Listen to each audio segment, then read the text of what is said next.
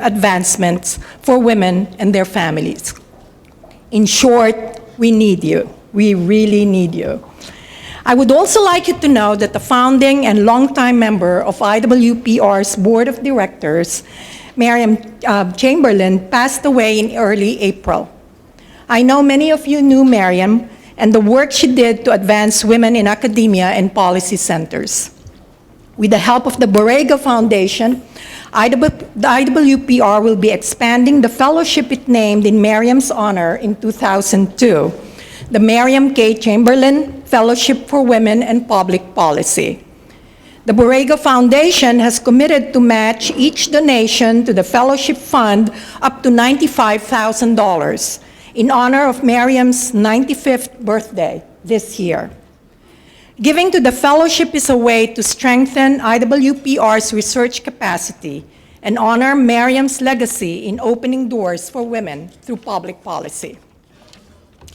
On that note, we would like to recognize the steadfast support of our event sponsors, without whom it would be very difficult to launch the next era of making research count for women.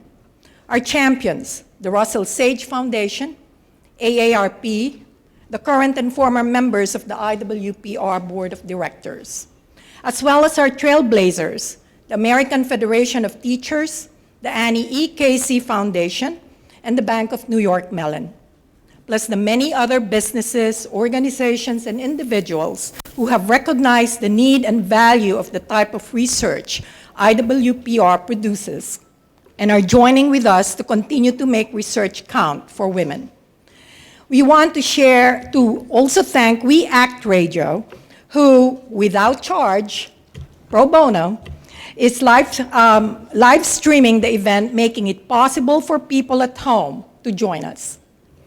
Kicking off the day will be IWPR's own Dr. Heidi Hartman, who for 25 years has led the Institute for Women's Policy Research. Heidi is our official genius. She was awarded the MacArthur Fellowship in 1994 for her outstanding work in women and economics.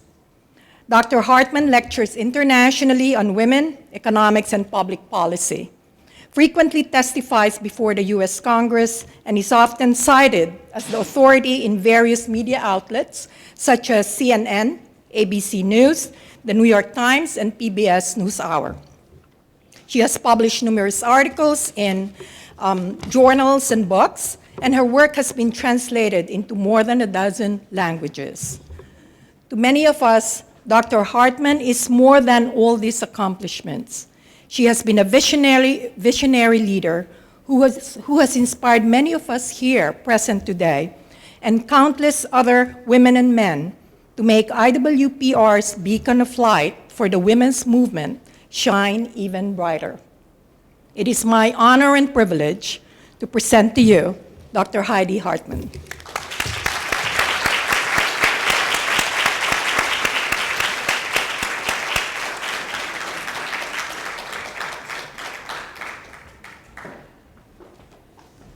Well, thank you so much. You can imagine it's a great treat to be here at IWPR's 25th anniversary. I'm sure there were times in the past when I wasn't sure we would make it to the 25th anniversary. And of course, starting out, who knew how long it would last? Perhaps we would have solved all the problems in 5 or 10 years. You never know. But thanks to all of your support and to, as you can see, a very enthusiastic and dedicated board chair and board of directors, we are here today, and in many ways, we like to think stronger than ever. So if you know me well, you know that I like to set difficult tasks for myself. So I was looking at the title that I picked for the talk, What We Have Learned at IWPR About Achieving Economic and Political Equality for Women. And I thought, why on earth did I give myself that topic? And why did I give myself only 12 minutes? So, okay. But then I felt a little better because I realized that the whole program is really going to answer this question. We do have our first panel on economic equality, and some of those members are here already. And after that, we have a panel on political equality, so I don't have to answer it all by myself today. And I also realized that we had a staff project to help us answer this question. So about I don't know, maybe a year ago, maybe 6 months ago, I said, you know, we really ought to do a review of all of our research over the last 25 years and find out, you know, what we've done and what we've found out. I said, how hard can that be? A snap, right? Well, it has proven to be an extremely difficult project. Thanks to very hardworking interns, very competent study directors, we now have 5 of our 6 literature reviews ready for today, and they're on our literature table somewhere out there. And so I urge you to pick those up, because all the things I can't answer today in my 12 minutes, I hope are in there somewhere. We will put out a short version in our newsletter coming out in the next month or so.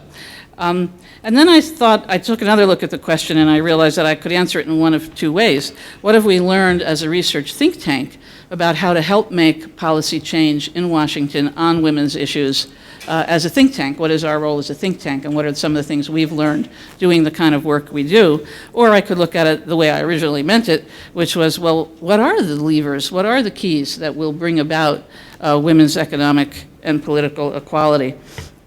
So in my remarks today, I'm going to try to do a little bit on both of those, and I'm going to end with one word. So if I forget, remind me what the one word is, okay, at the end of the talk. Okay. The first point is that one of the things I've realized in 25 years of trying to help get policy change in Washington is that I used to believe as an economist that once we fix the economy, everything else would automatically follow. If women had equal pay, well, then there would be no more violence against women. There would automatically be 50% of Congress would be female. Men would do an equal share of the housework. Absolutely, every problem would be fixed as soon as women earned as much money as men over their lifetimes. Now, it's possible that that's still true. My hypothesis might be true, but we won't know yet for a while because we haven't gotten to full economic equality for women. In the meantime, what I've experienced is what I think many people in Washington experience, and we keep doing this work, and we often feel like we're batting our head against the wall. 80–90% of the American people want a higher minimum wage. They may want more child care, they may want more paid family leave, but how do we get it? And that's why one of the things I've learned as a research think tank director is that politics is equally important with economics, and that's why we have 2 panels, one on economics and one on politics. So that's the first thing I've learned, that political policy requires that you have the right people in elected office. And the research shows that if you elect more women, you get more women-friendly policy. Do all women vote for women-friendly policy? No. Do all men vote against us? No. We have many male feminists on Capitol Hill and in state houses across the country. But on average, women are more likely to bring up women's issues. And I think we can see a good example of this now. I mean, for how many decades since women started to go into the military have we been concerned about sexual violence in the military? And I feel that finally, because we have the right people in the Senate, many women in the Senate, this is finally going to get the attention that it deserves. So I would just say that this is one of the things I've learned about doing policy change, that you need to have, you can spur policy change along faster than it might happen otherwise if you can get the right people in office and get more political equality for women as well. So now I'm going to start with the other part of the talk, and I want to look at just 2 key indicators. So unfortunately, some of you are going to have to turn your chairs around and crane your necks and look over this way. But I'm looking at 2 key indicators today. One is pay, women's pay, that's indicator 1, and the other indicator is the share of women in the U.S. Congress, okay? So a lot of economists don't look at it this way. They don't show women's real wages separately from men's real wages. This is over a 50-year period, 1960 to 2011. And you can see in these early years, both were moving up nicely.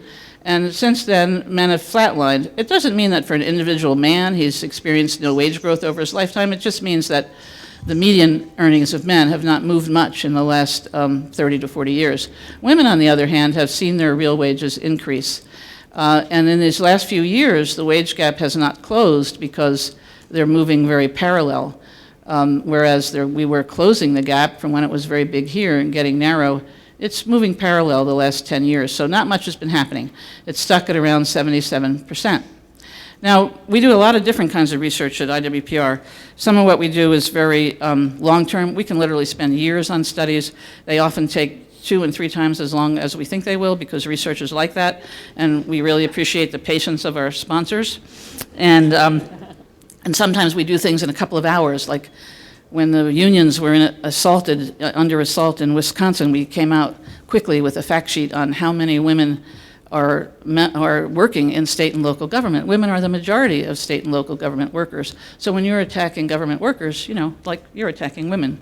So we can do things quickly, we can do things that take a long time. This issue, the wage gap, is like our drumbeat. Like, we do this like constantly. There's hardly a day when we're not doing something on the wage gap. And sometimes it catches on and people are very interested in it, most of the time. Other times other people aren't interested, but we still put out our stuff.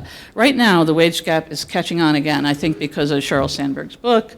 I think lots of issues, lots of things are happening, and women are looking at that lack of progress for the last 10 years. Like, when I entered the labor market, it was right around here, and there was this long period of steady progress in closing the gap with men. And I think we who entered the labor movement then felt we were part of a movement. We were moving into economics, medicine, law, banking, things that had been closed to us. And when there hasn't been a period of progress, much progress in the last 10 years, then the young women are saying, well, we want that excitement too. There's still a lot of areas we could get into that we're not in.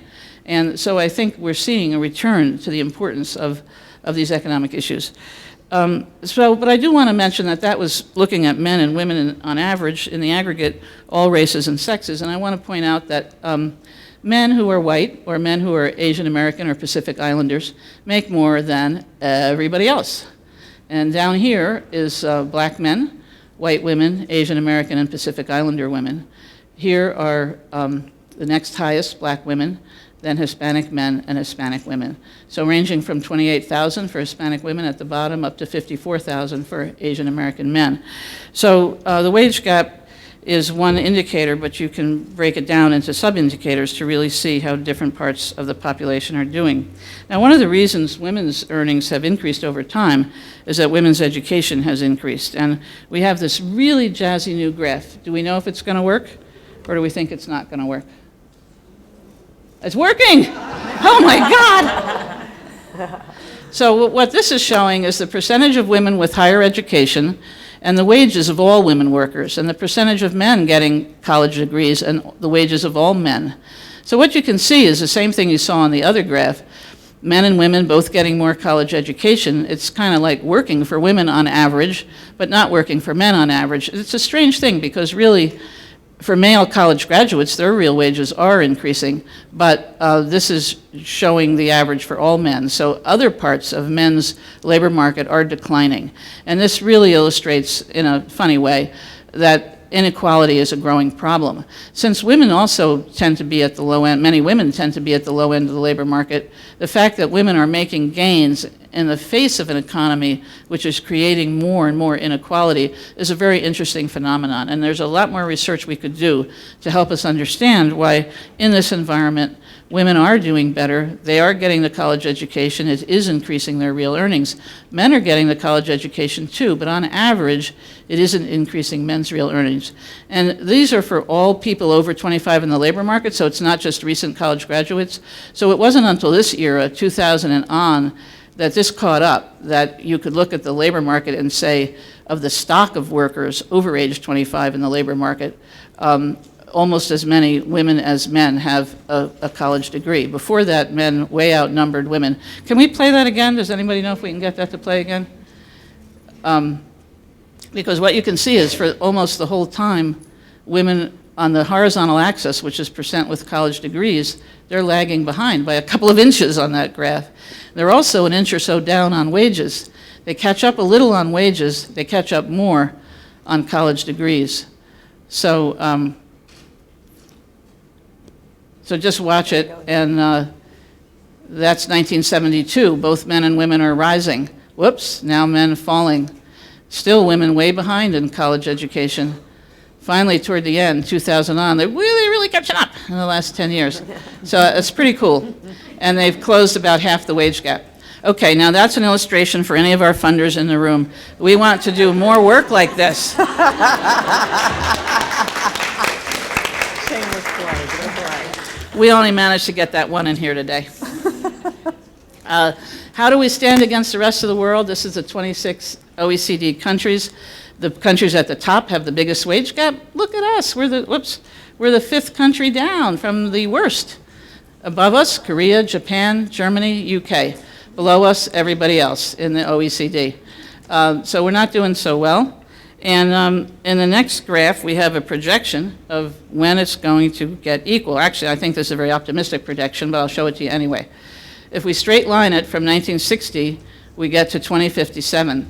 Like the dynamic graph, this graph was done by Jeff Hayes on our staff, and you can see that in the last few years we're below trend. And when we had calculated this a few years ago, it was 2056. Now we're out to 2057. And I think for various reasons that's optimistic. But anyway, it's an indicator of how long it might take us to get to economic equality. I want to look at the next graph, which to me says a lot of things all in one graph. And it's the poverty rates by age and gender. So looking at these children, 5 to 17, even here we see that the red line, poverty rates for women, are higher than the poverty rates for men, 17.8% versus 17.6%. That's not a very big difference, but it's statistically significant because you're looking at the entire population of the United States. And economists tell me, I mean, I haven't done this research myself, that reflects more divorce, separation, and non-marriage when there are no boy children in the family. Because poverty is always measured in the family unit. You can count the number of children, the number of men, the number of women, but everybody in the same family unit is treated the same in terms of whether or not they're poor. Where are the highest rates of women's poverty compared to men? It's in these years 18 to 34, when women are having children. And very often, even if women and men had the very same wages, the fact that we don't have paid family leave and women would have to take time off to have children, that would reduce their income. If they have the child and the man is not living with the mom, automatically she's more likely to be poor. She lost some income when she had the baby, and she has another mouth to feed, so the poverty rate calculations make her poor. So this reflects a lot of lower wages for women and a lot of women raising children on their own without a male earning in the family. In these eras, the poverty rate is more equal, and I assume this is kind of when marriage is at its peak. And if you look up here, 65 and older, once again we see rising poverty rates for women relative to men. These are all women and all men. Well, most of these men are married, and many of these women are single. If we had only single women, believe it or not, their poverty rates would be as high over age 65 as they are for children. So when you hear that seniors are doing great and they don't need anything, well, that's true for some seniors, but not other seniors. So, keep that in mind. What I think this graph shows us is that this is about caregiving. Women are giving care to children, and we need more assistance for caregiving. One of the things we like to think that we do at IWPR, and one of the reasons why we like to keep our connections to academia strong, is that we like to think that we're at the forefront of critical thinking and theoretical thinking, and we are working on ways to revalue care, to get the value of care taken seriously in this economy. And we work with advocacy groups like Caring Across Generations campaign, but there are many things we could do here, like have paid family leave, like have subsidized childcare. And at the older end of the age spectrum, we obviously need more income for single older seniors, especially women, because they have less accumulated assets, lower pensions because they worked less, they earned less. And so there's a lot we can do with a better safety net, maybe through social insurance, to provide these needs for caregiving. So we're trying, among many other goals, to elevate the need for caregiving for valuing caregiving in our economy. The next graph shows the wisdom of putting these two panels together, politics and economics. Oh, I already have 0 minutes. Okay, thanks. Thanks. So this is the percentage of women in state earnings in the state legislature, which is over here. So high legislatures with high proportions of women, Vermont, Colorado, Arizona, Hawaii, Maryland, our own Maryland. Down here, low legislative share of women, Louisiana, Wyoming, they're always down there, Alabama, always down there. Virginia, pretty bad. And over here, the wage ratio. So the higher the wage ratio, the smaller the pay gap. In Vermont, they have a tiny pay gap with men, like less than 5%. And it's pretty great. And down here in Louisiana, they have like 35% pay gap with men. So This shows you that when more women are elected, women's pay is closer to men's. Now, it tells you absolutely nothing about the direction of change. Is my theory right? The women make more money, so more of them run for state legislature? Or is the opposite theory correct, that more women run for the state legislature, so they impose policies that help women get more equal earnings to men? Or, as any social scientist would say, well, perhaps there's a third or fourth or fifth variable that explains this, and actually the two of them have nothing to do with each other, other than a simplistic false correlation. So, I don't know, because I haven't had the time to do that research, and especially not tell it to you in 12 minutes. Okay, so I only have a few slides left, but I wanted to share with you that in the last few months, actually, I worked with Denise Baer, a consulting political scientist to IWPR, on a study for the Hunt Alternatives Fund about building women's political careers and strengthening the pipeline to higher office. And this involved interviews with 60 women subjects, 24 in focus groups and 36 in-depth interviews. It really was basic research, and it really took twice as long as the Hunt Alternatives Funds hoped it would, but I think we came out with some great responses, and we really appreciate their patience. And I just want to show you one slide from that, because we were really studying how women develop their careers and why and what they do with them. This is how women got into politics. These are the top reasons. And I think they're somewhat different from men's getting into politics. Issue-based mobilization, that could be schools. I think of maybe Patty Murray, grew up in politics, family. That could be Nancy Pelosi. Women's issues, I think of Bella Abzug maybe. All kinds of other campaigns, civic and community organizing, labor organizing, lots of stuff. Working in the congressional staff, that's a pretty good route to becoming an elected officer. And you could get appointed or sponsored, where somebody taps on your shoulder and says, okay, you're the next person going to run. That doesn't happen quite as often for women. But I mention this because many people who spend their lives doing advocacy. You know, one of the things IWPR does as researchers is work very closely with the advocacy community. And many of those people, we'd like to encourage you to run for elected office. Just think about lobbying someone like yourself, how much easier that would be. And a number of women who were interviewed, that's what they said. They said, I would lobby these guys day after day, and I thought I could do this job a lot better than them. And that's why they ran for office. So, you know, think about it. There's a lot of young people here. We need to make a difference, and that is one way to make a difference. Okay, I really only have a couple more slides. Where does the U.S. rank in the world on the percentage of women in the national legislature? That would be the U.S. Congress. In the middle, 93rd out of 181, countries in the world. So we're down here, and look at the countries we're next to: Turkmenistan, Albania, Gabon, I can't read that one. Jamaica. Iceland, Cuba, Sweden, Rwanda, Andorra. I don't actually even know where Andorra is, but really high there, more than half. And I know about Rwanda, the example of Rwanda, of course. So one of the reasons to put on these charts is to say, you know, we could do a lot better. We could get up there like those other countries, and then I think we would have more progressive politics and a higher quality of life. So how long is it going to take us to get to equality for women at the current speed? Another graph from Jeff Hayes. And I would just say that I'm hoping I might, well, I could live to 2057. I was born in 1945, and my aunt in Germany is 100 now, and my mom is 95. But I'm not going to make it to 2121. So this is pretty bad. So we might have equality in Congress at this rate of speed by 2021. Wow. Check a look at this. This is 1992, the year of the woman.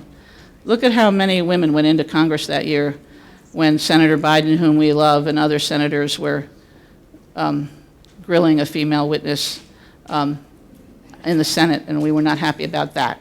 And women really galvanized and ran for office that year.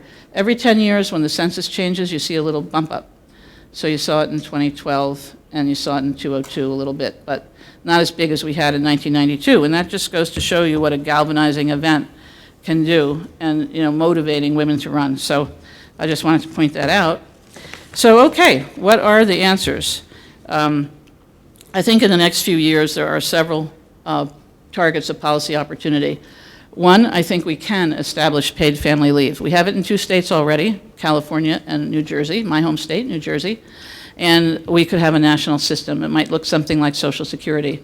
And everybody in our country could have paid family leave. When they have a baby, man or female, take time off to take care of that baby. When you have a sick parent, older relative, a sick child at age 10 or 12, and you need time off, you could have paid family leave. All other countries in the world have it except 4, and I don't even want to mention those because I forget them. They're so insignificant. I mean, they're not at our level of economic growth. Every country at our level of economic growth has paid family leave. They don't necessarily have it for men, but they have it for women. We need more subsidized child care. I mentioned enforcing Title IX because there's so many jobs yet that need to be integrated, blue-collar jobs, jobs like office machine repair. I mean, what a great job for a woman. You're driving around in your van all day.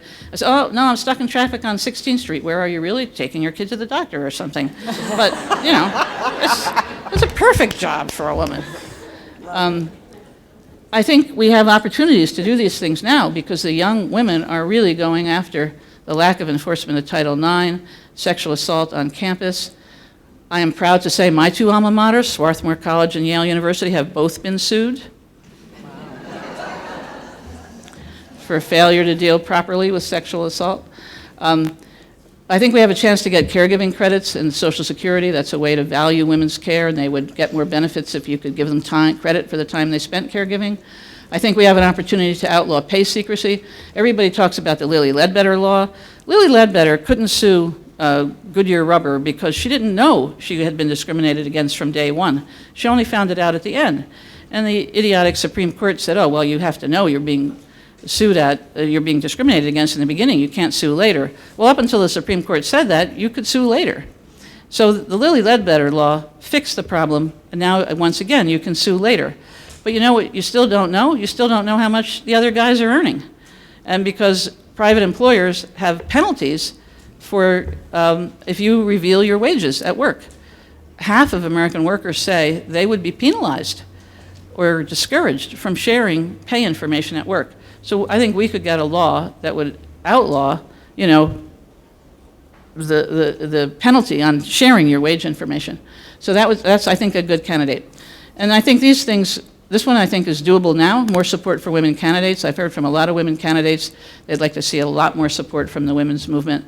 And not just a mailing list, but knocking on doors and money. And possible electoral reforms that would help women. These might be a little bit further away, but public financing of election, requiring a number of women on party slates, otherwise known as quotas, and multi-member districts at the local level. If you have a lot of people elected from one district, you're more likely to elect a woman. We couldn't probably do that in Congress too quickly, but we could do it at the local level, and that would help women get a foot up. The main thing I learned from that Hun Alternative study about politics is it's a very unbureaucratic thing. It's like the last free-for-all in the American economy. You know, if you want to be a doctor, you go to medical school, you get the doctor education, somebody's going to hire you as a doctor. There's nothing you can do to get hired by the American people as a politician just by paying your dues. And in other countries that have more women in government, that's the way those systems work. They're more bureaucratic. And if you pay your dues, you get to the top of the slate and you get elected. So we have a very unbureaucratic, you know, free-for-all candidate selection system due to our primaries, and it makes it more difficult for women. It's and the research that we've done, we can't talk about it here, but perhaps the panelists will talk about some of the issues. Campaigning while female is different from campaigning while male. Raising money is different. So many things are different. So it's really a free-for-all system, and I think that's hurting us in the United States, that we have that type of political system, and we are not seeing women make as much progress there. Okay, so I don't have all the answers, I don't have all the keys, but I told you I would end with one word, and that word was, going back to the question, what have we learned as a policy research center about doing policy research to make a difference in public policy? And that's one word. Remember the word plastics from The Graduate, okay. That one word is persistence. Because these issues that we work on sometimes every day, they only get hot every once in a while, but then we're ready for them to become hot because we've got stuff. And you just have to keep at it. And I know all my advocacy friends that I see in the audience, I know they know that lesson very, very well. You just keep at it day after day after day. Thank you very much.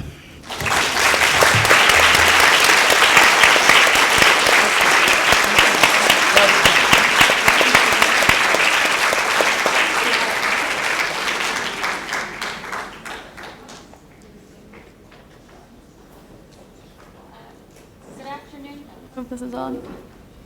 Hello. Oh, okay.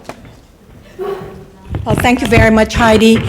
We will have our panel on achieving economic equality. Our moderator is Bryce Covert, economic policy editor with Think Progress and contributor to The Nation.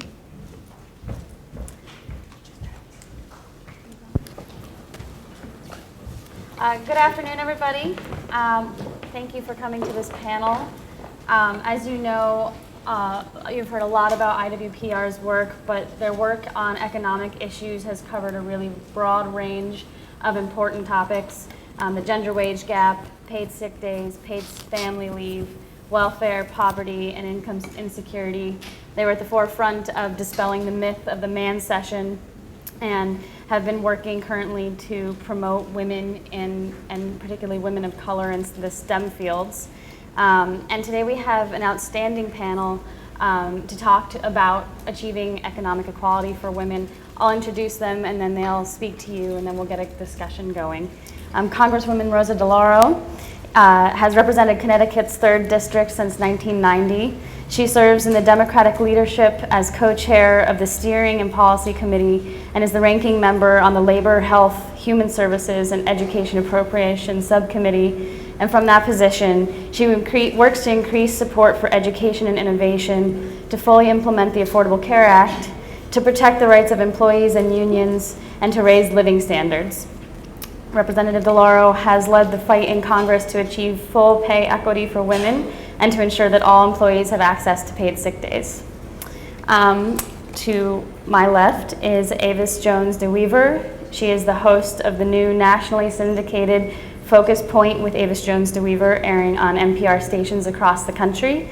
She's also the president of her own consulting firm, Insight Unlimited, and the author of the forthcoming book, Standing in Our Way, The Limits of Black Progress in the Age of Obama. And finally, we have Karen Peets, who is the president of BNY Mellon, the first female executive to hold this role in the company's 229-year history. Wow. Woo. In 2011, she was ranked #1 among the most powerful women in banking by American Banker. And for years, she has made it her mission to support the development and advancement of women on Wall Street and within BNY Mellon. Representative DeLauro, you want to start? Sure, thank you. Thank you very, very much, Bryce. What an honor to be here with all of you today. And let me offer my congratulations. 25 years, Heidi. It's really fabulous. And the time, I'm sure, has flown by. Right? But really, you're just such a critical resource for all of us. And I mean that very sincerely. And it's a resource when you think about achieving equality and equity for women in America. And your hard work gets the financial pressures that affect women on the national agenda. About IWPR, you really are invaluable to me and to my staff. We can't make our arguments. We can't deal with proposing solutions within the hard data and the analysis that you provide. So it is a privilege for me to fight alongside of all of you. About Heidi, she has all the answers. She really does. And she tells it like it is, in a methodological, in a reasoned, and in a calm way. So, and I really don't know what we would do without you. In a few moments, I'll give you an example from this morning, the last few hours earlier today. My fellow panelists, to Avis and to Karen, really titans and humbled to serve on the panel with you. So it really is a pleasure. Everyone who's taken part in this effort, it's a high-powered summit, and that is really, I think, something that we need to continue to do to bring these issues to the forefront. Before I talk about the economic agenda for women today, let me just say that we have made some amazing strides in the last 25 years. I think we have to acknowledge that.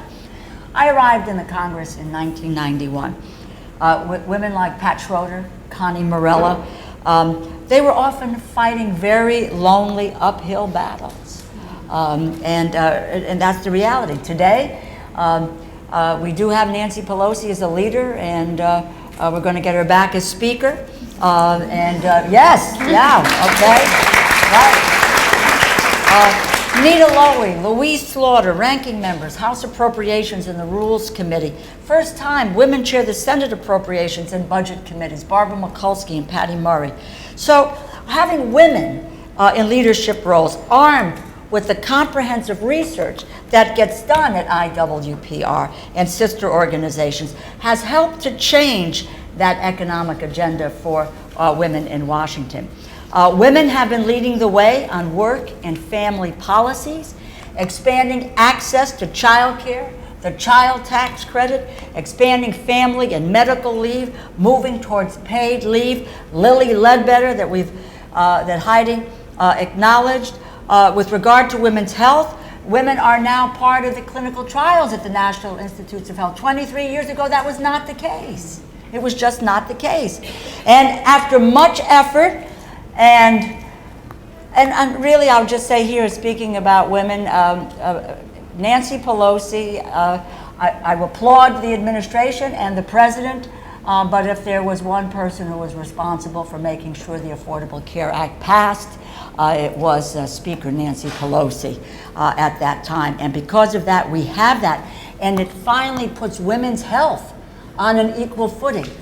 We got lost in a debate, not lost, but it became at the end whether or not the bill was going to survive because of abortion issues. And it was important for us to work our way through, and we got to where we wanted to go because the agenda and the health care agenda in that bill is transformative for women with regard to prevention and wellness and equity and abolishing gender rating. All of those things are critically important, and now we have to move to the implementation, which is another battle. My colleagues on the other side of the aisle, even though the House passed the bill, the Senate passed it, the President signed it, the Supreme Court upheld it, it's a little bit like Groundhog Day in the Congress, because they want to consider 37 times they have brought it up to be repealed. So healthcare was not an easy lift, but it happened. And we had the research that emphasized the need for it, and because women, and as I said, one woman specifically made it happen. We're moving in the right direction, but it's slow. It's very slow. And even though we are now 1/2 of the nation's workforce, women face enormous financial pressures. Women earn less than men. 50 years after the Equal Pay Act, women still only make 77 cents on the dollar. More likely to be in poverty. Poverty rate for women at the moment is as high as it has been in 17 years. Women are more likely to be in the public sector jobs, and those jobs, as you know today, are being shed. They are more likely to file for bankruptcy, more likely to be in subprime loans, and even though we live longer, I'm sorry, gentlemen who are here, they have less retirement security and less pension protection. So there are many reasons for these disparities, but writ large, the problem is this. In all too many ways, our political, our social, our economic policies are structured on a vision of a one-income nuclear family that has always been more the ideal than the norm, and that has been eclipsed. In short, our policies do not reflect fundamental facts about the 21st century workforce. Women are as likely as men to be working, and are often the caregivers in the household. Our task over the next 25 years is to craft and to pass an economic agenda for women that reflects the changes in the workforce. With that in mind, let me put forward 3 policy areas which I believe should comprise the foundation of this economic agenda. The first is pay. In the second decade of the 21st century, women should not be losing out on almost a quarter of every dollar. I've mentioned the Paycheck Fairness Act, give real teeth to the Equal Pay Act, and I've introduced this bill in the last 8 Congresses. And I will continue to do so. I want to tell you a fact at the moment. Right now, all 201 members of the Democratic caucus are signed on to the Paycheck Fairness Bill. The discharge petition, we've introduced a discharge petition, and we are 3 short of having all of the Democrats on. We will now move our strategy to look at, on the bill itself, how we can enlist members on the other side of the aisle. And keeping in mind, because we passed this bill twice in the House of Representatives, that we had 14 Republican members sign on at that time, and there are 6 of those folks who are left, and I'm going to now move to talking to them about seeing what they might do and try to figure out procedurally how we can continue to bring this up. So in fact, if we have to, we shame people into becoming part of this effort to make sure that men, women, same job, and that women need to have the same pay. It is a simple $11 an hour. Paid leave, family and medical leave, turned 20 this year, been used 100 million times. What we need to do is to modernize, expand FMLA, and we need to pass paid leave, and we're moving in that direction with loggerheads with the House majority. 86% of Americans support paid sick days. I introduced it, guarantees up to 7 days of paid leave. So we're working steadily at making sure that we can move on that front. Third, and it was up there on the board as these others were, expand access to child care. Quality care is necessary in today's economy. It's extremely expensive. And it's so important for low-income families. And we have to look at how we subsidize that. We need to expand the child tax credit, the child care tax credit, the child tax credit, and pursue a Head Start. And the president, as you know, has initiated his initiative in this area. Let me just mention this finally to you. IWPR, I talked about this morning. I was in an Appropriations Committee meeting, Heidi, of Homeland Security. Department of Homeland Security has $6 billion in contracts with private contractors. So I introduced a very simple amendment. In the Department of Homeland Security bill, they have told contractors that there's anybody engaged, had a felony charge, that they couldn't get a contract. If anyone has a tax liability, they couldn't get a contract. So what I asked for this morning was to be able to say that if you had either contractually or a policy or in practice, you were not allowing employees to talk to one another about their salaries, then you couldn't get a federal contract. And now I introduced it. I will just say to you that we didn't win it, but we made them squirm, and they perfected. But I brought with me. I used the data. I used your data. I held it up and I spoke about it and what you have done. When I talk about the value of the research, how critical it is, and I'm not standing there, just because I think it's a good idea, but it is the research and the facts that bear us out. And that's why it's so critically important for what you do. The back and forth between scholars, advocates, policymakers creates vital programs like food stamps and Medicaid. And we need that now to foster the policies that are going to give us real economic security for women. That's what the next 25 years is all about. It's what you've been about.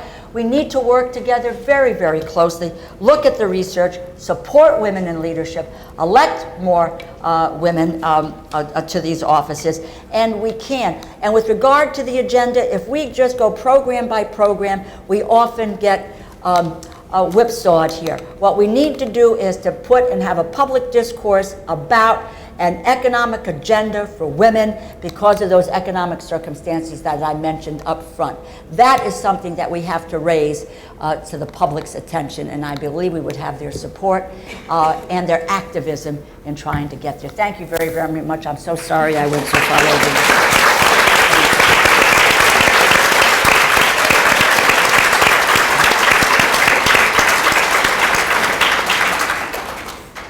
Good afternoon.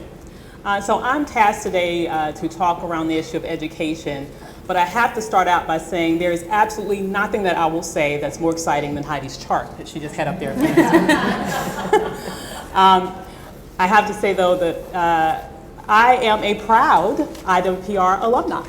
I am so proud of my time at IWPR. I'm proud of the institution. And I'm proud of this institution not only because of the amazing and rigorous research that you produce year after year after year. More importantly than that, I'm proud of you because the work that you do is relevant. Research to me is meaningful unless it is relevant. And the work that IWPR does really makes a difference in the lives of women all across this nation and the world, and thank you for the work that you do. Thank you.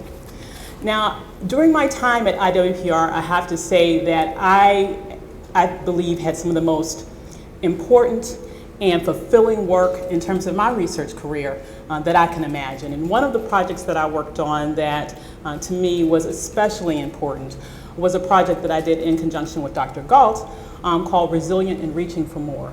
And it specifically looked at the issue of access to higher education for student parents, women who were on welfare in California and seeking to have access to post-secondary education, even under the more constrained era of welfare reform and what that meant for them in their lives. And what was important about that work is that we were really able to tear back some of the myths around these women. We were really able to show that women on welfare didn't want to be on welfare. Women on welfare were there because they needed a bridge to get from where they were to where they needed and wanted to be. And they understood more than anyone that the way to be self-sufficient was to get the credentials that they needed in order to earn a living wage, in order to make above poverty level wages, in order to make enough money so they could indeed take care of themselves and take care of their children. And they were in the battlefield fighting for their right to education. And so it was really a wonderful experience to be able to give voice to their experiences and really have them be able to let the world know how important it was, not only for them, but for their children who had the experience of working together with their parent at the same time on their homework, on their respective homeworks. You know, children who really now understood college to be not just some big amorphous dream that may or may not happen. They saw it as something real, something tangible, something that they would definitely do because their mothers now had shown them that it could be done. That made a difference, and it made a difference in those women's lives, and ultimately it made a difference in the state of California, which is where we focused, which ultimately loosened up some rules to make it easier for women to achieve their post-secondary ambitions. That work was critical. And what I've noticed over the years is that IWPR has continued to produce work along that same vein, really being able to show how important access to higher education is to working parents who happen to be utilizing public supports. That is critically important work.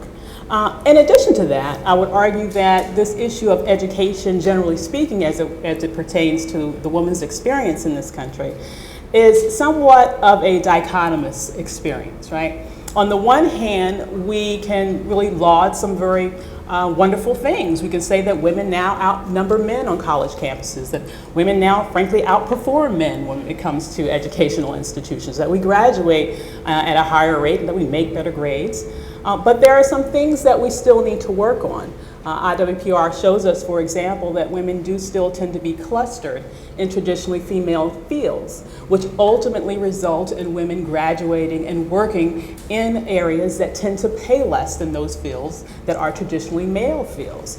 So I think it's critically important that we utilize that work to really think about how we can increase access to other areas, particularly areas that are especially important in today's knowledge-based economy, right?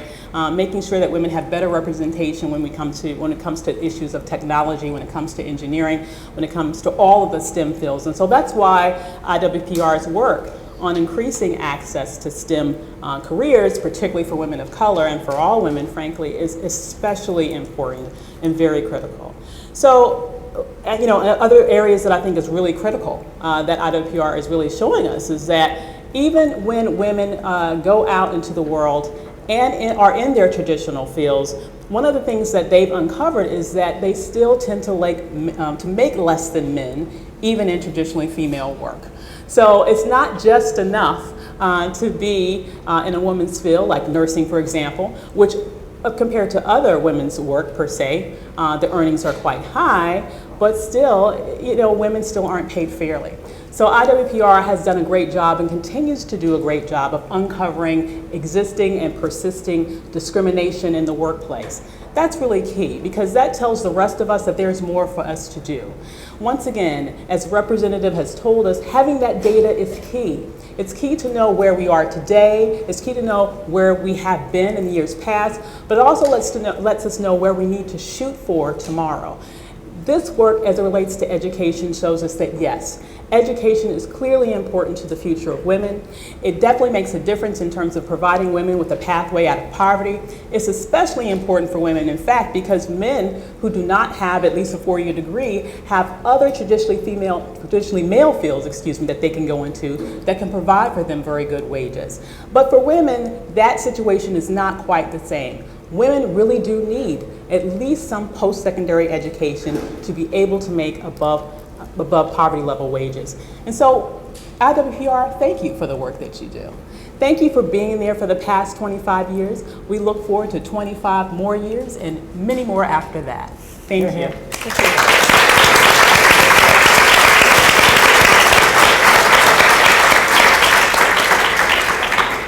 Well, sorry for my voice. I was at my daughter's college graduation and I was in a rainstorm and sat in air conditioning afterwards with my hair down like this, mascara down my face, and my dress kind of hanging off me. So I'll do the best I can for you to be able to hear me.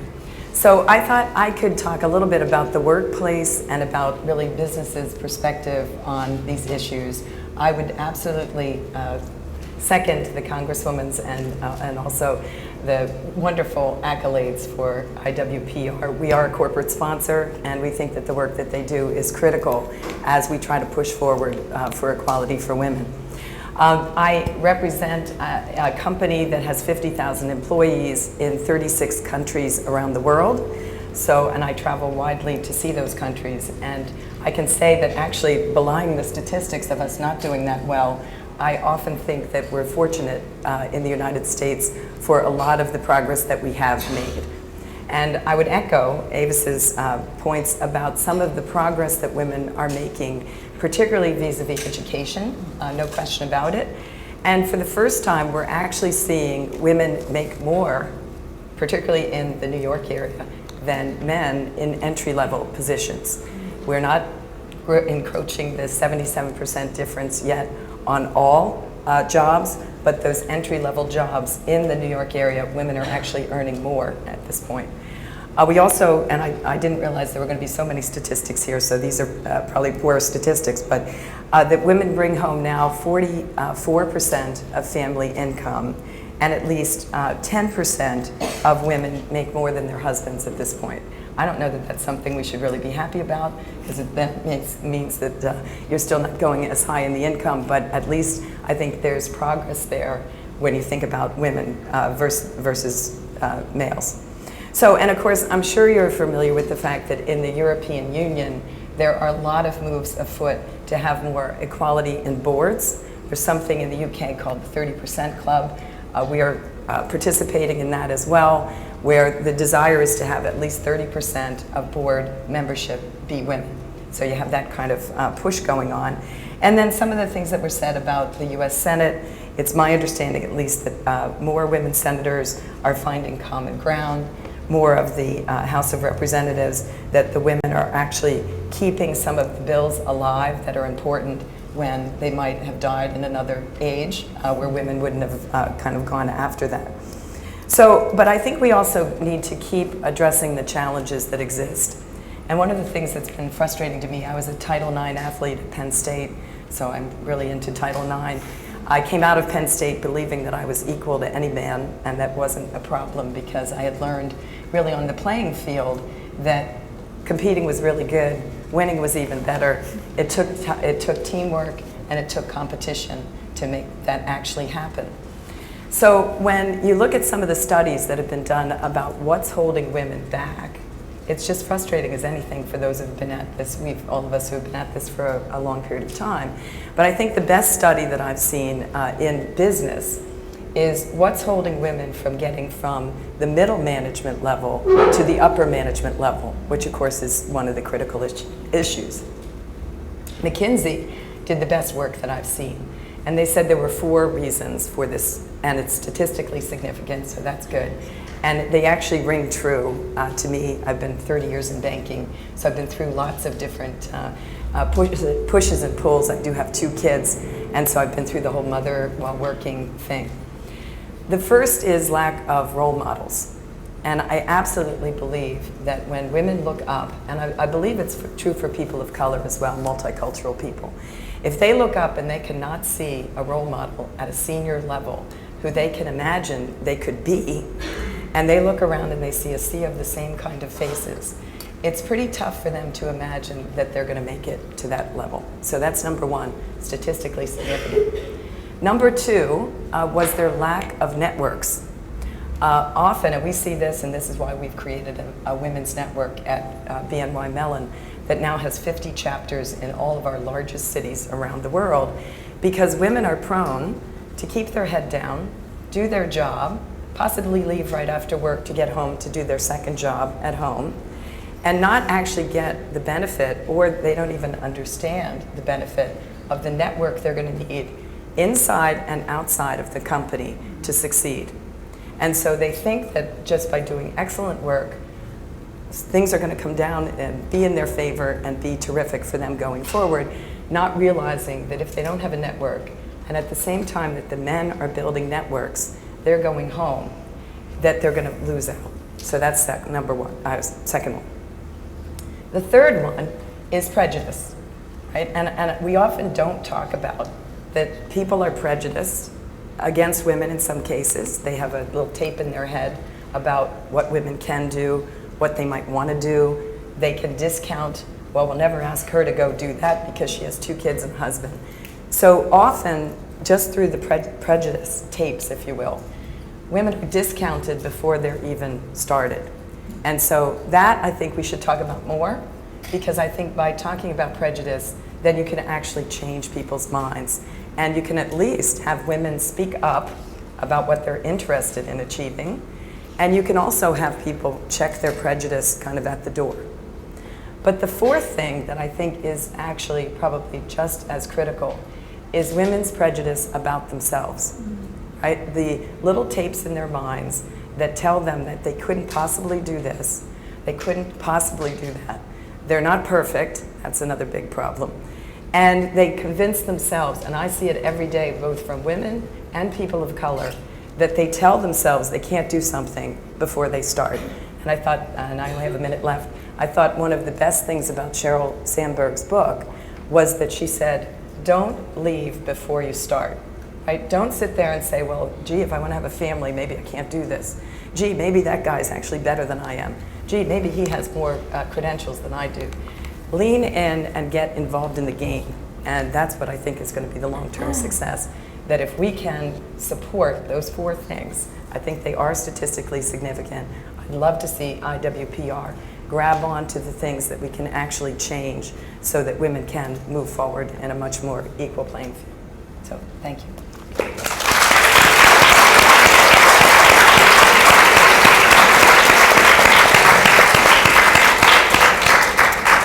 Thank you. So everything all of you have said leaves us a lot of room to discuss a lot of different issues. So I want to start out sort of broadly. I think we've talked a lot about the statistics, where women are. IWPR has been working on these issues for 25 years. So what does the landscape look like today? There's been a lot of high-profile discussions like Sheryl Sandberg.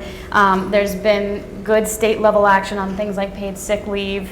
But does the landscape for change look promising? Are we making headway, or are we still struggling to get these issues on the policy radar?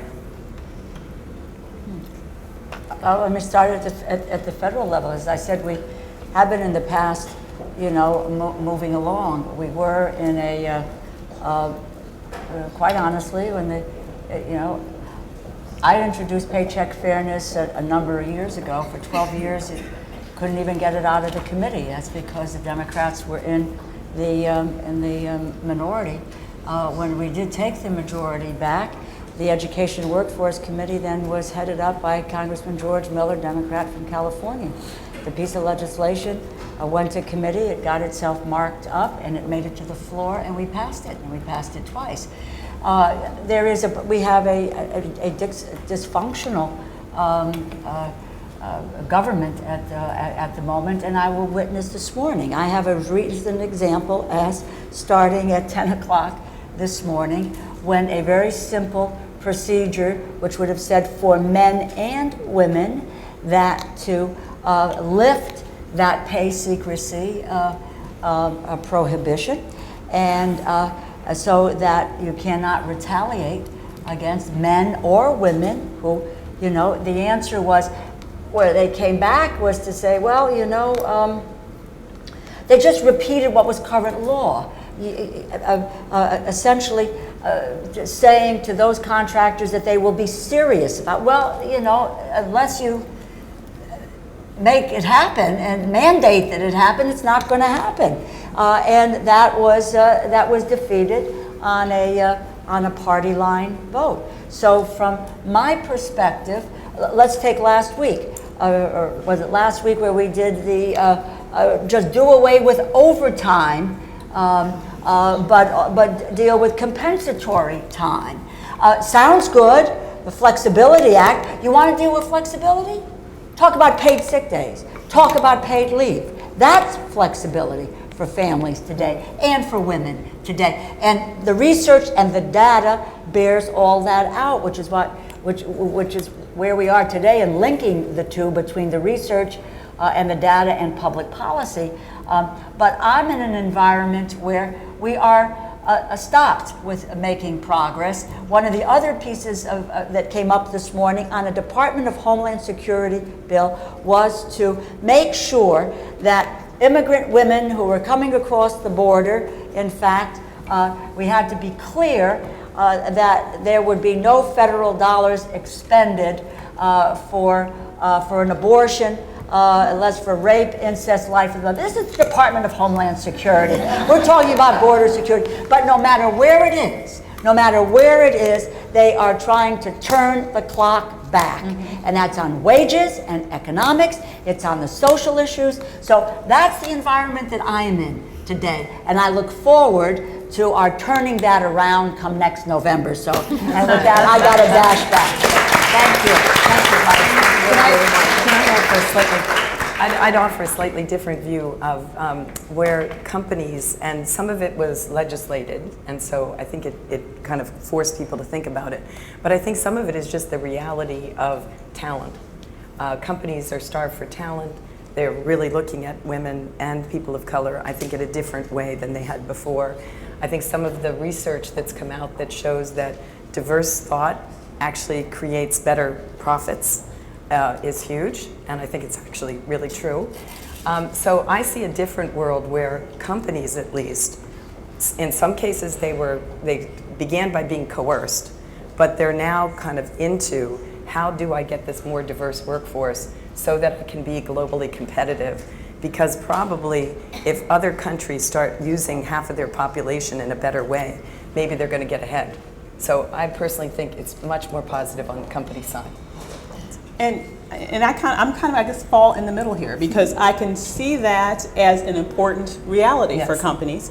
Not only because of this issue of the global marketplace that you're in today, even more pressing, the global marketplace that you'll be in tomorrow.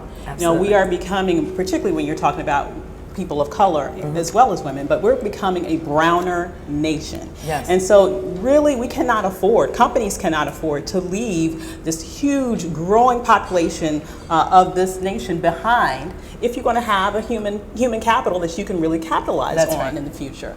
Now, but the representative is right. If you look at what's going on in Congress today, it is very disturbing to see what has happened in the last few years. To think that not just abortion, but contraception has become an issue that is controversial.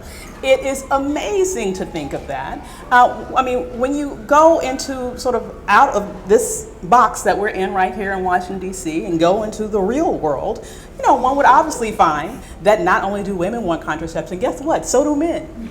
Probably more than women, right? And so it is amazing to me that we have found ourselves in this specific political space where the drumbeat seems to be moving forward, attacking women in every way, shape possible, even in those advances that we thought we had won decades ago. So the thing that I find somewhat discouraging is that not only do we still have a very, very strong need to advance in various areas, including paid leave and so many more, we're still going back, fighting battles that we thought we won 10, 20, 30, 40 years ago. It's absolutely amazing. So I think you guys have two differing views in some ways. You've been working with women in the corporate world. I think you've been working with low-income mothers. There are probably needs that they have that are different and things that overlap. I wonder what the policy areas are that we could address that would benefit both women at the top of the economic ladder and women struggling at the bottom. That's a good question. Well, I mean, I think it's go straight at the real issues that are holding them back, which is why I love that McKinsey study, because it's like really talking turkey about what are the issues for women in companies. I mean, I read it, I was just like, yes, yes, yes, this is it. But then you actually have to do something about it. And that's where I think it could be helpful on any, you know, side of the spectrum to just go straight at the real issues. But when we talk about low-income women and low-income communities, problems are so entrenched, starting at the very, very basic level of public education, for example.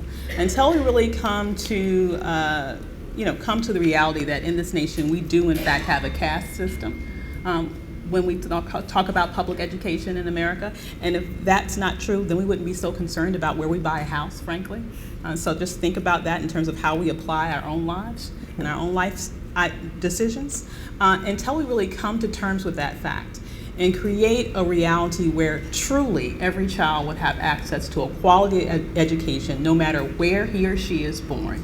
We will never produce the human capital that our corporations need, right? In order to compete with the knowledge-based economy that we find ourselves facing now and increasingly so in the future. We should not have to hope and pray that we will get, you know, these wonderful brains that we get from around the world and try to entice them to come here to work. We can maybe grow some of our own. We have wonderful talent here. Why not fully develop our own talent in addition to embracing the talent that we have around the world? We can do both. So on the topic of education, you know, that graph that was really beautiful that Heidi showed us, there's been a lot of talk about the fact that women are doing very well in school. And I think some have gone even further to say, well, women are poised to just dominate the economy. And I wonder what you would both say that might leave out of the narrative. We do well in school, that is true. However, you know, the reality is once we graduate, we are still sort of clumped in different sectors that don't really provide the payoffs that would really lead to huge economic gains and put women on par with men. And as I mentioned previously, even when we're in our female-dominated fields, we still don't make the same as our male counterparts in those same professions. So I guess the reality is that though we don't want to discourage women from doing well in school, we do have some real problems with discrimination in the workplace, and we have to really face that straight on in this country.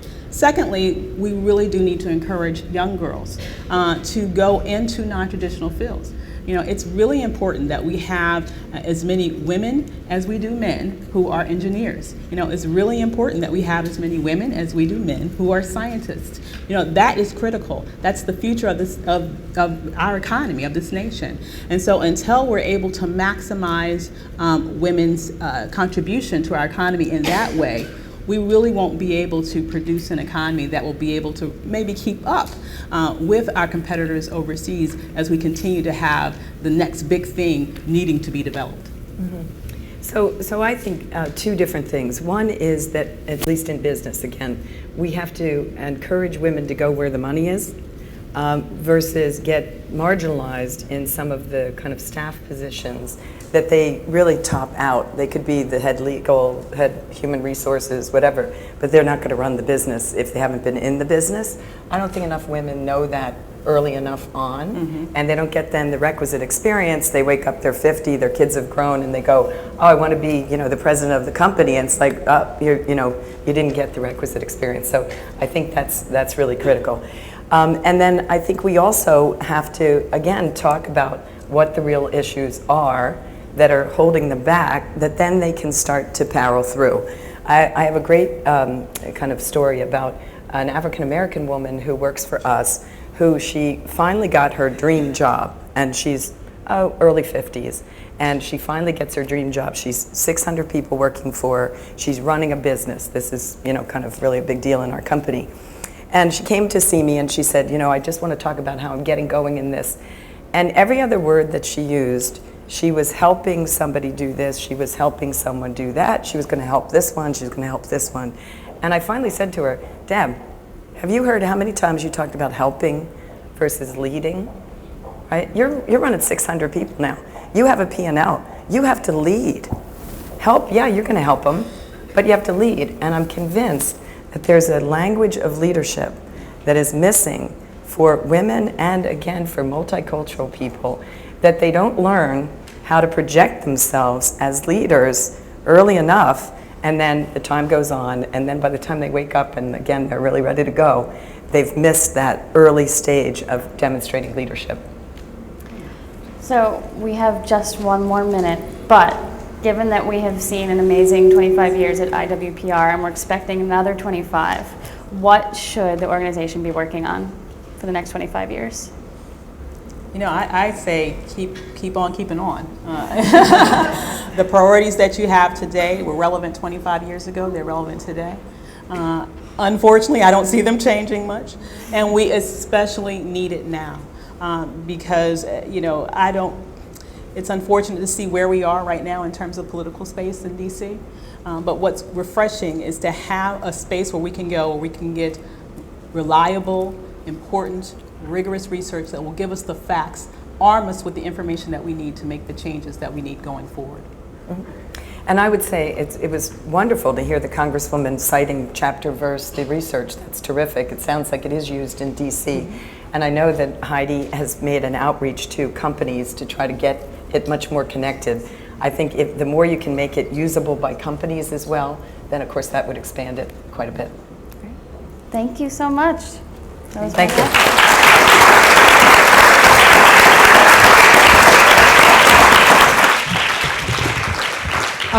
Thank you very much. You know, that was very enlightening and very interesting. We will have a break, a very short break, 10 minutes. We will call you back in 10 minutes. Please just try to come back so that we will be on time. And our next thing happening is the keynote with Cindy Estrada, and then we will have the next panel, Achieving Political Equality. Thank you.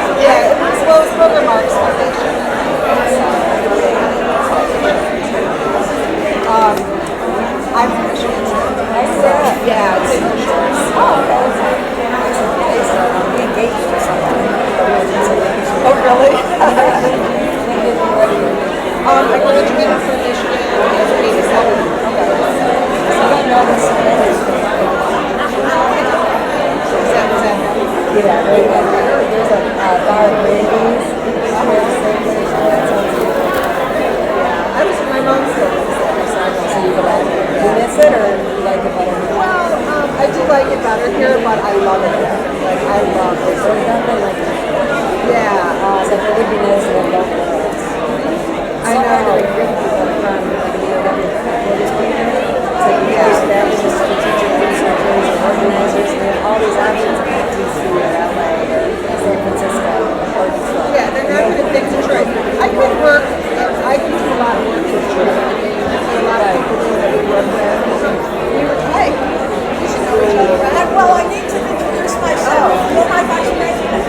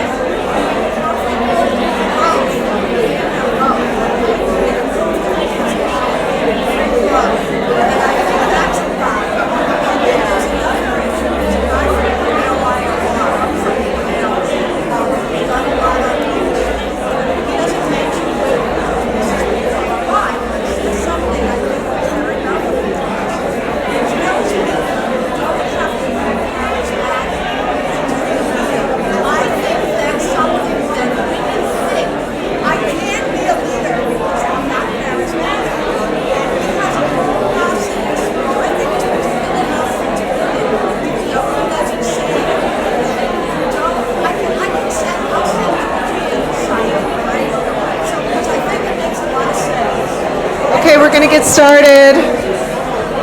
Please take your seats, everybody.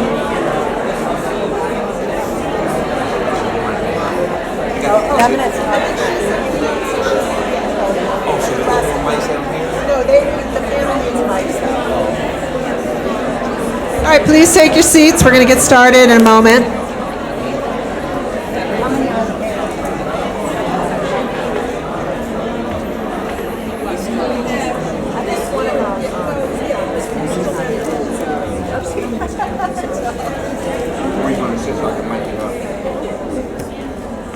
Okay, please take your seats.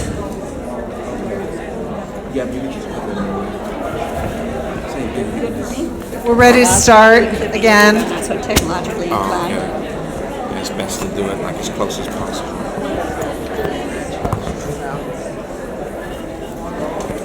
Thank you.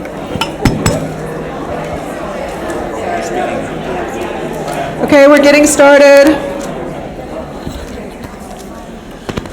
Good afternoon, everyone. I'm Barbara Galt. I'm the Vice President and Executive Director of the Institute for Women's Policy Research. Thank you. It is a great thrill and an honor for me to be able to introduce to you today Cindy Estrada, who is the Vice President for the United Auto Workers International. When I first heard her speak a few years ago at the LACLA conference, I was so inspired by the way she communicates, by her approach to organizing, and by everything she has achieved in what we think of as a very traditionally male-dominated field. She received her BA in education from the University of Michigan, my alma mater, and then went on to work for the United Farm Workers of America. After becoming a regional UAW director in 1995, she led organizers to bring about one of the biggest victories in manufacturing of Spanish-speaking workers for the UAW. So after that, they made her the national director of organizing. She's worked with the AFL-CIO to train organizers. Her responsibilities as the National Director of Organizing meant she was in charge of all the organizers in the U.S., Canada, and Puerto Rico. And then in 2000, she was elected by all the union delegates of the UAW as vice president, and she's the first Latina to ever serve in that role. Today, in addition to everything else she does, she is an active member of the Coalition on Labor Union Women, which is an active partner with IWPR. So please join me in welcoming Cindy Estrada.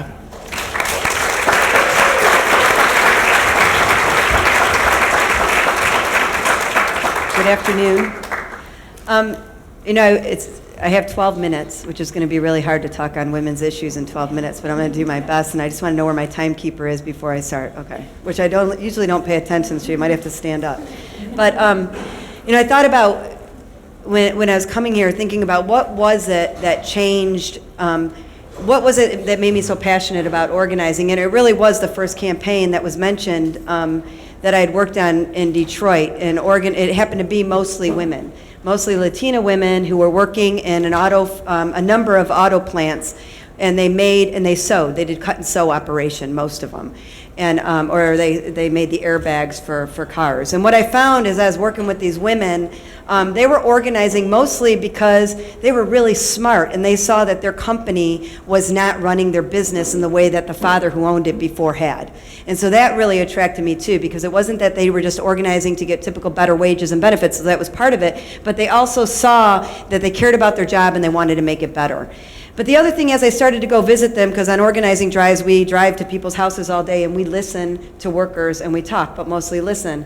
And what I found out for those women is that they were working 10 and 12 hours a day, and this was probably 16 years ago, and it hasn't changed much in organized shops, and they weren't making enough money to survive. They weren't making enough money to keep them off of food stamps. They weren't able to find time when their kids were sick without risk being fired to be able to have the flexibility to take care of their families. So they were doing the best that they could, but they couldn't provide childcare for their kids. So often, I remember one woman, I knocked on her door and we became friends. She became part of the organizing committee, and she said to me, since you're going to be out visiting workers all day on the different shifts, can you stop by my house after 3? I'll give you a special knock. My daughter will know it's you. And her daughter was 7 years old. To knock on the door with a special knock so that I could visit her daughter in my days because she couldn't afford childcare. And this was a woman who didn't care less about her kids than other women. This woman cared just as much. In fact, she had to go to work every day so that she could provide for her daughter, yet she could not provide childcare. And after meeting these women and watching them and hearing these stories, I knew this was the work that I wanted to do. I knew that the only way these women were going to get justice was not waiting for policy. These women had to get justice in their workplace, and they had to be the ones to stand up to do it. And I was going to figure out how I could help in any way I could to show them, because actually they had to be the ones to go back in their facility and actually stand up and say they wanted rights in their workplace. And it was the most amazing experience, because I met women who, when I knocked on their door, they couldn't look me in the face, they would look down. And I saw these women transform over a 3-month period where they were not only looking me in the face and telling me what we need to do on their organizing drive, because it was no longer mine, but they were actually going into their boss together, knocking on his door, presenting him petitions in very respectful ways, and marching on the boss and saying what they needed to make not only their workplace better so that it could survive, but so that they could have better wages and working conditions, not just while they were working there, but so when they got home and could care for their families. And so I've been doing that ever since, and it's been amazing to watch the leadership that comes out of these organizing drives. And to me, that's what's the most important thing. If we really want equality for women, one way, and one very important way, is women have to have the economic means to be able to go out there in the world and provide for their families. Just men need the same. Unfortunately, it isn't until we get a contract that we can actually fight so that men and women in the workplace make the same amount of money. It's not till we actually have a contract that we can fight beyond FMLA unpaid to get FMLA paid. It's not till we have a contract that we can actually get and bargain for paid sick days. In the state of Michigan, public sector workers actually get 8 hours for school participation. That's because those men and women have a union that they negotiated that benefit. And so I believe in policy, and I believe that, and we work a lot on that in the UIW, but I believe that the way we're really gonna push for policy, especially in 2013, is to organize more women and more men in their workplaces, and then go beyond that, help them understand that this isn't about just getting justice in your workplace, but now we have a responsibility both in the union to recruit and mentor women, but we have a responsibility to also in policy together in large groups with a lot of power to push for those policies to actually be implemented for the women and men who have not yet been able to form their union. And so, this is what moves me every day to do this work. It's the women that I see fight like that. We organize women workers that they may not get involved in their union necessarily, but they're getting involved in their community. I met with a group of women the other day, and over coffee, and I gotta believe this is because they've had this experience of organizing, they decided they were gonna start a free clinic in their community. They didn't know anything about healthcare. They didn't know anything they didn't know any doctors, but these 3 women in Ferndale, Michigan started their own free healthcare clinic. And those are the kinds of outgrowths after going through the organizing experience. It just creates a different kind of leadership. The women who come out of organizing drives, some of them become more involved in their schools because now they see that they can affect change. But what I'm pushing for in the UAW is that we also have to go beyond that in our union. I'm a vice president in UAW. I'm one of 4, and I'm the only woman. And I was lucky because I had our president Bob King and our president Ron Gettelfinger and other men in the union too, because this is just about how much women and men need each other. And I'm raising 2 10-year-old boys, so I'm helping them understand this too, because they're in this spot right now where they hate girls, right? And so, not me, but every other girl. And it is really, I was fortunate to be mentored by people who really saw the value in diversity, the value in having women at the table. And I gotta believe that the men that did that were raised by really awesome women, right? And fathers. And that's such a huge responsibility that I feel now in this role as vice president in the UAW is, one, how do we continue organizing so that women can have a voice in their workplace and then go out and organize in their communities, but then also how do I as a leader and move other leaders to begin to recruit women, to mentor them, to make sure that we're reaching back and that we're showing them that it is possible to have leadership roles in the union. And there's not a day that doesn't go by that I don't know I have an awesome responsibility as young women look at me, and I think it is important. I think now that they see me and Latina women see me, they know that they can do that, right? That they can do the same thing, but it's gonna take other men and women helping them along to do that. And so mentoring has become so critical in the vision that I want to start moving in our institution. It's already happening, but it needs to happen at a deeper level. And I think that once we do that, even our industrial unions like the UAW, there's other unions who, AFSCME has a lot more women, and the UAW has a lot more women workers, but we need to recruit those women into leadership positions. And I think once we do that, once we organize more workers and once we take more of those women and recruit them into leadership positions, I think that we are going to move policy. But I think it is going to have being able to create leadership, create power to then go tell politicians that they don't have a choice. The same way that those women walked into their management team and demanded for their rights and won them is the same thing that we have to do in this country. We cannot wait for politicians to do the right thing. I think we have to take to the streets, we have to organize actions, because we should not be talking about contraception today. We should not be talking about the issues that we're talking about. They should already be implemented. And I'm excited to be part of of that movement. I'm excited about the women that are meeting every day that maybe aren't sitting up on top of a podium or sitting in front of a podium, but are doing the real work, and they're out there, and I feel that we're coming together finally, and we're going to change.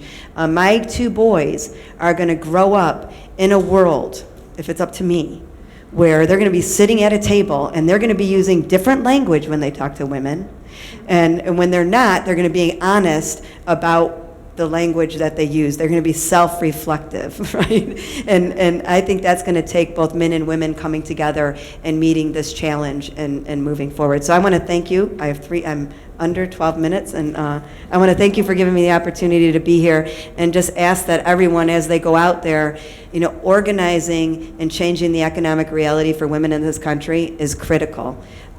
Women are not going to be able to move ahead until we have the economic means and the flexibility to be able to do different things in the world. So thank you very much.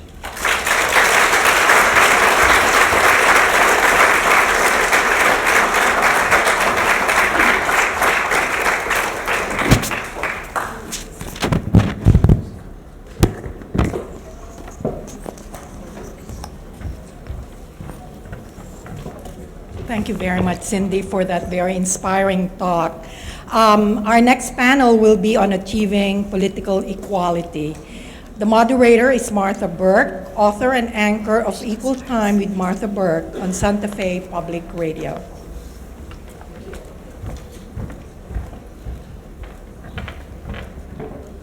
I have to come to this mic to introduce a panel because that's how I practiced it. I might not be able to do it sitting down. Before I introduce the panel, I do want a couple of thank yous, certainly to the staff, the outstanding staff of IWPR for putting this together, and to Vice President and Executive Director Barbara Galt, but most sincerely and most especially the visionary Heidi Hartman.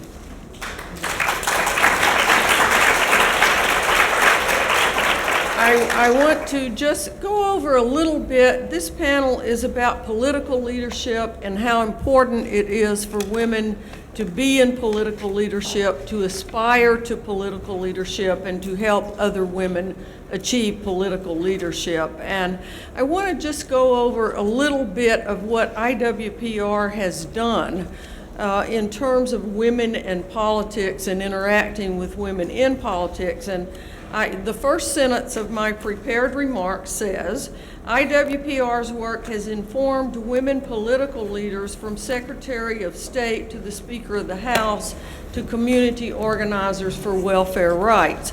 I have to add, after hearing our speakers a little bit earlier in the day, and also men political leaders, including the President and Vice Presidents of the United States. So, IWPR has had an influence all over the country.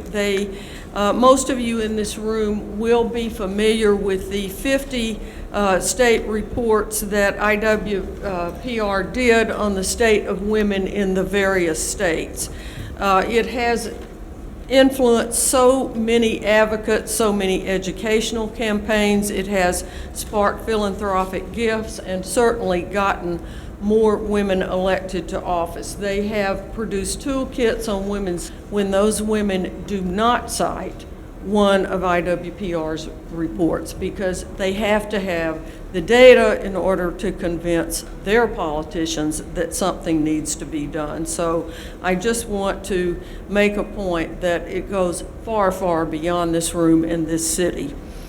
To introduce our panel now, we have an outstanding panel on women in political leadership. Our first panelist is not here yet, but I'm going to tell you about her anyway because she will be here shortly, I hope, and that is Sam Bennett. She's going to talk about recruiting and training women to run for public office. She's president and CEO of the Women's Campaign Fund and its affiliated foundation called She Should Run. And she has also convened, she's a national convener of something called Name It, Change It. Have any of you heard of it? If you haven't, you've probably heard of its work, and that is to members of the media, public figures of all kinds for sexist comments against female politicians. So it's something very important. How often do we still hear about what does her hair look like? God, I wish she'd get, a new outfit or something. And we do not hear that about men, so it's very important. On my far right is Dr. Michelle Swears, who is going to speak to us on why it matters and ways to get there. Dr. Swears is an associate professor in the Department of Government at Georgetown University, and her research focuses on the policy impact of women in Congress, and it really does make a difference. Who's there, who's voting on things, how they're voting. Dr. Swears' newest book is Women in the Club, Gender and Policy Making in the Senate. And we just heard about 2 women in the Senate that did not vote the right way on a recent very important bill, and it would have passed had they done that. So this is the kind of research that we need, and we need more and more of it. She does talk and study about the differences in policy activity on social welfare and women's rights, as well as defense policy and, very importantly, judicial nominations. Lastly, to my immediate right is Congresswoman Gwen Moore. She's going to talk to us about running for Congress, what it's really like. Congresswoman Moore is a groundbreaker in so many ways. She was elected to Wisconsin's 4th District in 2004. She is the first African American elected to Congress from the state of Wisconsin. She is the immediate past chair of the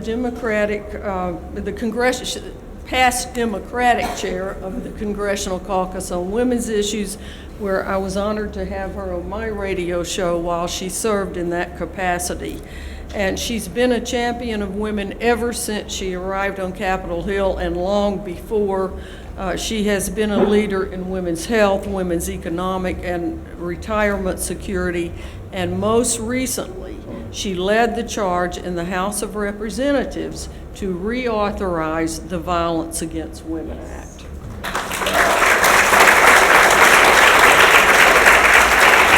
So with that, we will kick off the panel. I think since Sam Bennett is not here yet, that we'll call on the Congresswoman first to talk to us about what it's really like. Thank you. Well, thank you so much. Oh, I'm all mic'd up here. So I may get up, I may not get up. It's really an honor being here on this distinguished panel. I know that Sam has a great deal of experience on a bipartisan basis, encouraging women to run, and I am really interested in hearing Dr. Swears talk about the effectiveness of women and the difference that it makes in Congress, given the dearth of women that we have comparatively in the world of women elected to Congress. It's sort of embarrassing when you think about places like Afghanistan and what that have more women in their parliamentary assemblies than we do, and just my own experience about the reluctance of women to step up when the leadership in their parties are overwhelmingly male, to speak up for women's issues. So I'm going to feel very encouraged by hearing her comments. I do think, though, and my own experience, it's not just my being elected, but it's talking to women in my community, within my own family, and the reluctance of women to run for office is varied and has many different components, all of which are very, very real. I think that our socialization process as women has taught not only us that we may not be as qualified as men to run, but men actually believe that too. That we are not as worthy of an office, that we can't rear our children, our primary biological function, that we can't rear our children and be good, effective representatives. And I think it's a narrative that spills out sometimes into the electorate. I can remember not running for Congress, but running for the Assembly, going door to door, and people saying, you sound good, but who's going to take care of your kids? You know, the same people who have to take care of my kids when I go to work. I mean, I don't have the option to not work. And so it's that same dynamic. And I do think that, you know, when you say to women that you ought, you know, you give them the rah-rah speech, you ought to run, they run into some very serious barriers.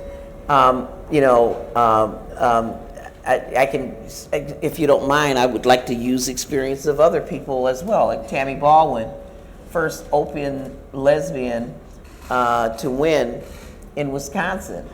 I think that the very first people who were saying to her, don't run, don't run, don't run, were the Senate campaign committee, the Democratic Senate campaign committee. I mean, you need to be a white male, married, with 2.2 kids. You know, and Tammy, you don't fit that description. It is very, very difficult I think, for women to raise money. You can see, and I'm sort of taking this backwards. I'm already elected, but I'll tell you about running for office. You know, when you're in office, it's very difficult to raise money. Somehow people think that, you know, if they're going to make a donation of $500 to the guy, that somehow you only need $100. It just, you know, the same office just costs women less. There's some sort of female discount built into our running. I also think that, you know, it's because we don't necessarily, you know, it's our own esteem too. We are very reluctant to ask for money and to ask for what we're worth. You know, I know that when I'm doing laundry, and this is a bad habit, when I'm doing laundry, when I go take a shower, I always take the dingy towel, you know, and leave the nice ones for everybody else in the household, my young sons. Am I right about that? Yeah, right. We just, you know, if there's a dingy towel, that's the one we're going to use. And it's because everybody else is more deserving, or there's the broken cookie or the pancake that didn't turn out just so. That one is for us. And I mean, we have programmed ourselves to see ourselves that way, and so other people see us that way as well. They also think that they deserve the towel that's not dingy. And the same thing with money, you know. It is very difficult. It's very difficult for us to ask for money. It's difficult for people to see that we have the worth to do it. And it's very, very discouraging. You know, when you think about what it takes to overcome these things, it's very hard. And then the other thing is that nobody thinks of you when it's time to run. You know, I just recently, in our state, there were people who were looking for candidates to run for governor. And I know this is a nonpartisan event, but people were looking for Democrats to run against the Republican governor. And I mean, the newspaper and everybody else came up with a whole list of everybody, a whole bunch of people. You know, well, Tammy Baldwin is not going to do it because she just got elected to the U.S. Senate. Russ Feingold may not be interested. Ron Kind, and they went all through the Assembly and the Wisconsin Assembly, the Senate, people who had been out of office, and they skipped right over me. I mean, I'm a sitting member of the United States Congress, and you know, nobody even considered the fact that I might run. They other than Tammy, other than Tammy, everybody else they mentioned were men. And they didn't mention any other women as potential candidates. My own experience running is that it's extremely important to be asked to run. It's extremely important to have a financing source that's going to understand how hard it is for you to run. Emily's list has really been great nationally. organizations throughout the country. In Wisconsin, we have a group called Emerge that really has classes and really talks and works through all of these problems that women have. Their self-esteem, learning how to ask for the money, as Ellen Malcolm taught me, and then be comfortable with the silence on the other end of the phone. Really, when they ask about your kids and who's going to take care of your kids, I mean, they don't ask other people about who's going to take care of their children. And I don't think, since my time is winding down, just let me say this. I can't think of anybody, my answer to that is, I can't think of anybody who is better prepared to be on the school board than women. The people who choose the neighborhood to move into to get the best school district in the first place. I can't think of anybody to come and regulate consumer protection for people than women. It's women who figure out that the pajamas are flammable. It's women who clean the refrigerator out so that people don't die of foodborne diseases. You know, it's women that make men go to the doctor so that they can take that test that they don't want to take. We are eminently qualified to make decisions about education, about health care, about consumer protection. I think of my friend Jan Schakowsky from Illinois, who's a congresswoman. Long before she was a congresswoman, she and her girlfriends got together and they pushed the envelope, forcing them to put expiration dates on food. Because who fixes the food for people? And this is an extremely important consumer protection. And these are the kinds of things that we need to realize that we're already qualified. We have already done it. And that we need to take that chutzpah and get together with the organizations locally and nationally that support women running, and most importantly, we just need to run.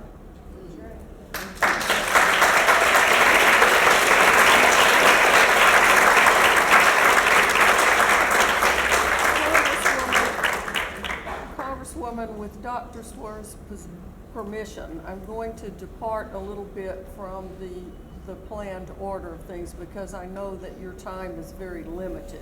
Votes. And yes, and so I did want to follow up on a couple of points you made, if you have. Let's go for it. Did you ever, and one of our questions that I wanted to explore at the end was this age-old thing of, well, who's going to take care of your kids? Did you ever turn the table and say, well, who's going to take care of my opponent's kids? No, I have never done that at all. But that question came up in my very first race. And the way I handled it is that I had my youngest child give me an endorsement. You know, I had all the mayor and, you know, sitting elected officials endorse me, and then I had him endorse me. And he said, you know, my mother has always been a very busy and important lady. I love my mother, but what I love most about her is that she always has time for me. And he was part of the official endorsement list. And you know, and I think that it's important to. No, I never turned it on it, but I made it really clear that, you know, I had a very family-friendly agenda. And, you know, that education, women's health, you know, women's economic well-being, that these were issues that my kids were better served by my working on creating a better community for them than waiting at 3 o'clock for them to arrive home. That they were much better off coming home with perhaps my not being there at exactly 3 o'clock. Than they would have been with me not out giving to the community what I had learned. And I took all my parenting skills to the assembly and brought them to Congress with me. You need them. You have a lot of immature colleagues. Oh my, if I hadn't raised kids, I don't know how I would have put up with this bunch. Well, I know I'm reminded, there are lots of young people in the room today that will not remember this, but some of us do. when Patricia Schroeder briefly announced a candidacy for president. And she was asked, "Are you going to run as a woman?" And, and she answered, "What choice do I have?" And so it sounds as if when you say that they don't think of you when they're going through the list, did you look at who's doing the thinking? Like, were the committees mostly male? Were there women on the committees that could advocate for other women, or how did that play out? Well, you know, I just think that women, you know, we have increased the numbers of women, but it's occurred to me that not at one point in the 20th century had we broken single digits in terms of the number of women who served in the Senate.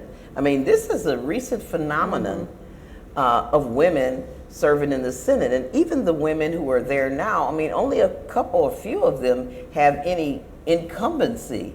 That they're all one-termers or two-termers, that this is new on the horizon for us. And so so the culture, the numbers haven't caught up with the culture that, you know, men are supposed to be the leaders. And the problem is that there are more women in the electorate than there are men.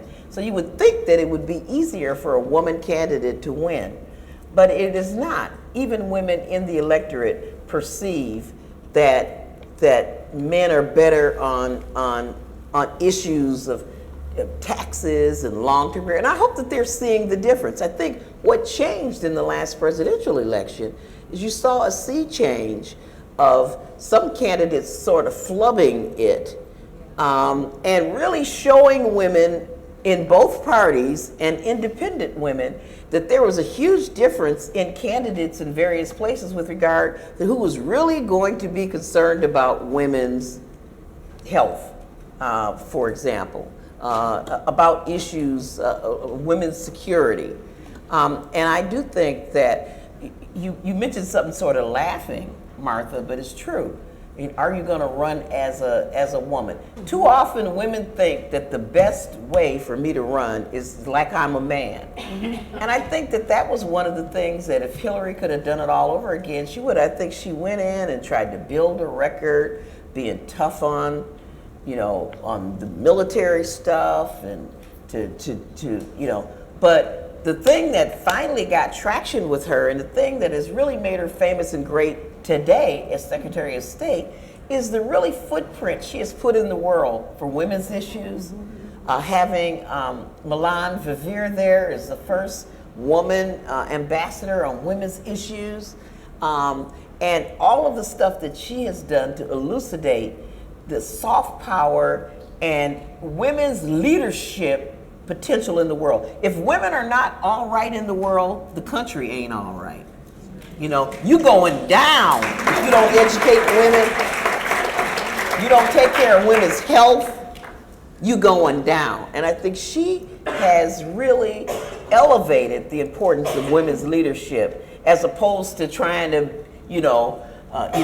come off as a man. Let me get me all my suits tailored so I can look masculine as I possibly can, and take, never mention the word women and children, in my political presentation. Last question, and I'll let you off the hook, but I think well, I don't want to keep you past the time that you've allowed here. You've been so gracious to give it to us, but I just want to address the, shall we say, experience confidence gap between women and men who are considering running. Women tend to think, I am told, and I'd like to explore this a little more with all the panelists, that they have to start out running for the PTA and work their way up brick by brick by brick. And guys get out of school and think, well, I think I'd like to be in the Senate. And so you have to, I would think, overcome that internal barrier that I don't have enough experience. And I know, I just had an argument with my daughter about this, because I was trying to get her to enroll in the Emerge program. And I said, okay, I'll just never mention running for office again. And then she said, yeah, but I want to talk about it. So we're going to talk about it. I said, nope. I said, I'm never going to talk to you about it again. But I mean, she's very typical of women not assessing the skill set that they have. I mean, she's an amazing woman when you consider all of the stuff that she does. She's a parent coordinator at her school. Coordinating parent activities. She's a certified nursing assistant. She's an amazing talent, a vocalist, but she participates in, she has done programming as a volunteer in service to America as a Vista with children. And we don't assess all of the things that we do on a daily basis that make us eminently qualified. If a guy is the head of his rugby team, he recognizes that as a leadership position.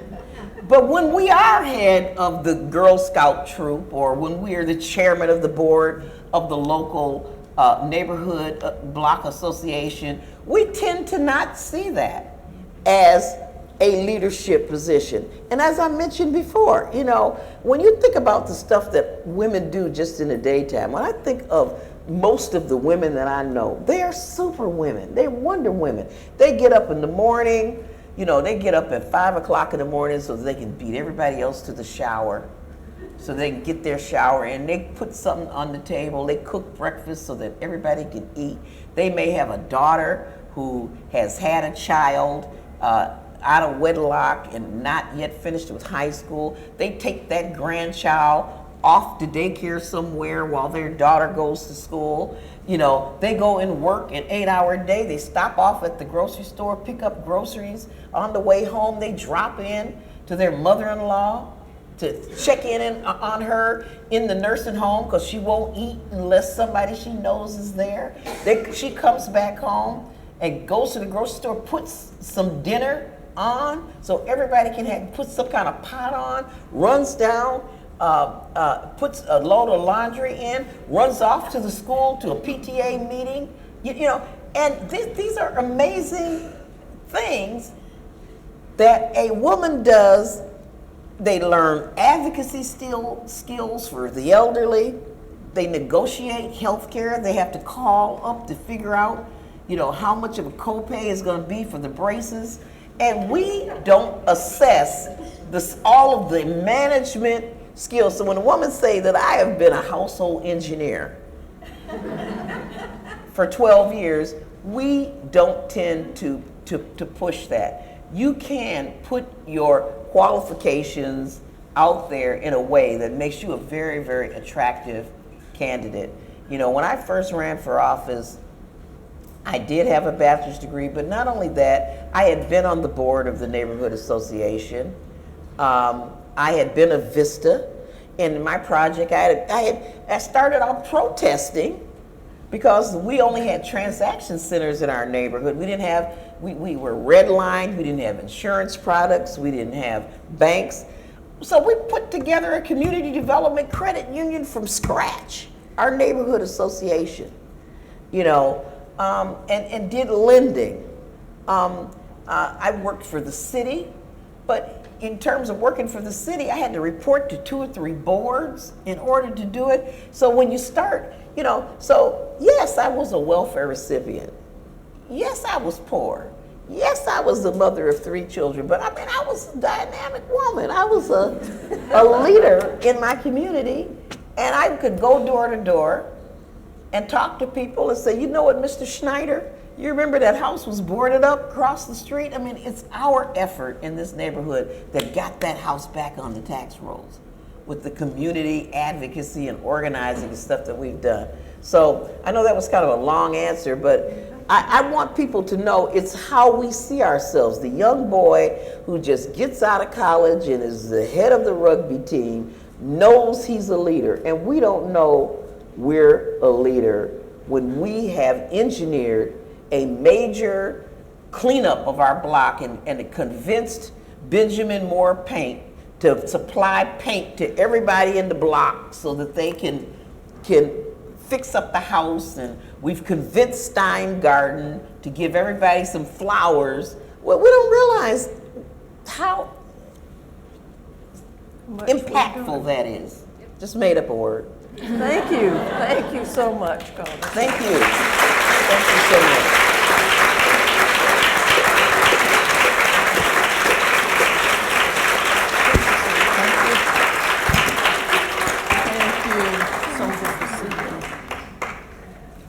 That was very, very inspiring. I want to thank you, Michelle Squires, for indulging us with going out of turn here. I'm very anxious to hear what you have to say, because knowing what impact it makes once women do get elected, and it is different. It is different.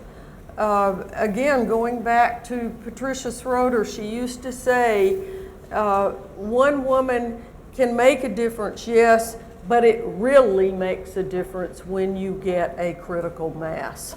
And so you're going to tell us a little bit about what difference does it make. Well, thank you very much, Martha, and thank you so much for having me. I want to thank Barbara and Heidi and the rest of the IWPR staff for allowing me to be a part of your celebration today. And it's an honor to have served on a panel with the Congresswoman Moore. So I was asked to talk a little bit about the type of research that I do, which is essentially on, so what policy impact is there to electing women? So we focus a lot on the fact that we don't have that many women in office. And so what I'm going to talk about is, well, what do they do when they get there, and is there any difference? So it's been mentioned quite a few times today about the importance of Emily's List in funding women to run for office. And when I was in graduate school, the whole reason that I got into this subject is that when you're in graduate school studying Congress and political science, the first thing that you learn is that all members of Congress represent a district or a state, and they're all members of political parties. So it really should not matter who you elect, because they have to represent the district or they get voted out of office. So I hear that in political science. Of course, I'm a good student. I take down everything and I say, oh yes, that makes total sense. But then I look at the political world and I see Emily's List wasting then millions of dollars collecting all of this money to elect pro-choice Democratic women when they could just elect a pro-choice Democratic man and get the same result according to the political science literature. So why are they doing this? Because at the time I'm studying, and this kind of dates me, but I'm in graduate school in the early 90s, and I see that Emily's List ranks up there in fundraising with the NRA. And we all know of the influence of the NRA these days, but back when I was in graduate school, the president of the NRA was Charlton Heston. So the NRA had Moses as the president, and Emily's List is still raising those kind of dollars to elect women, saying that somehow women are going to make some kind of difference. So I decided, well, I need to study this. I need to figure out if everybody's representing their district interests, well, so then what exactly should I be expecting in terms of difference? So I've written 2 books now on the subject. My first one was looking at the House of Representatives, and my second one, which just came out, is looking at the Senate. And basically what I found is that, yes, you must represent your district. So I can't, as a member of Congress, come in and say, I'm representing a pro-life district from the South and I'm going to advocate for all pro-choice policies, because then goodbye me, right, in the next election. But there's a lot of stuff that I can do when I'm representing a district that the district can accept, and I have to choose my priorities. So you've seen so far 2 panels, 2 members of Congress, right? They came in, they gave their speech, they left already, right? Because they're busy, right? They have 1,000 people coming at them with all of their priorities, and they have to pick and choose and say, well, what is it that I'm going to pick up and what am I going to advocate? And so here is where I found that there is difference. So women come in with a different set of experiences, a different set of priorities based on their own personal experiences, and they bring that to the deliberation. And so women were more aggressive in their advocacy for issues that we would consider to be issues of women's rights. So these are a lot of the issues we've been talking about today. It's not coincidental that Rosa DeLauro is the main advocate these days for pay equity, and that Congresswoman Moore was a key part of the reason that the Violence Against Women Act finally got reauthorized. Because in Congress, there are a lot of very worthy causes, and I have to decide which one am I going to spend my time on, and am I going to see it all the way through? So Congresswoman DeLauro is talking about the minutia of getting co-sponsors, right? And she thinks I've got 200 co-sponsors, if I get the whole Democratic caucus, now if I work on a couple of Republicans, maybe this will finally get a committee hearing, right? We think about policy. It's nothing until it's on the floor and we voted for it. By the time it gets there, somebody has had to do all of the spade work and the groundwork to make this a reality. And what I found in my research is that a lot of the times when it comes to a women's rights issue, this is being done by women in Congress, both in the Democratic and in the Republican Party. And this was particularly true on women's rights. On issues like education and healthcare, in my study of the House, I found that it was more true when the woman was in the majority party. So when Democrats were in control, the women were sponsoring more on education, on healthcare, than the same for Republicans when they were in the majority party. Because in the House, also, as you may have understood from Congresswoman DeLauro's comments, in the House, being in the majority is everything, and being in the minority is very depressing because you just put up amendments and they just get voted down all the time. So she offered her amendment in the Homeland Security markup today and it didn't go anywhere, right? And no one expected it to, including her, because she's in the minority party. You're laying the groundwork for the future. So there is a difference. But two things that we see in the future that we need to understand and talk about when it comes to Congress is the importance of seniority and the importance of political party. So if we look first at the importance of seniority, one thing that we must understand going forward is in Congress, seniority equals power.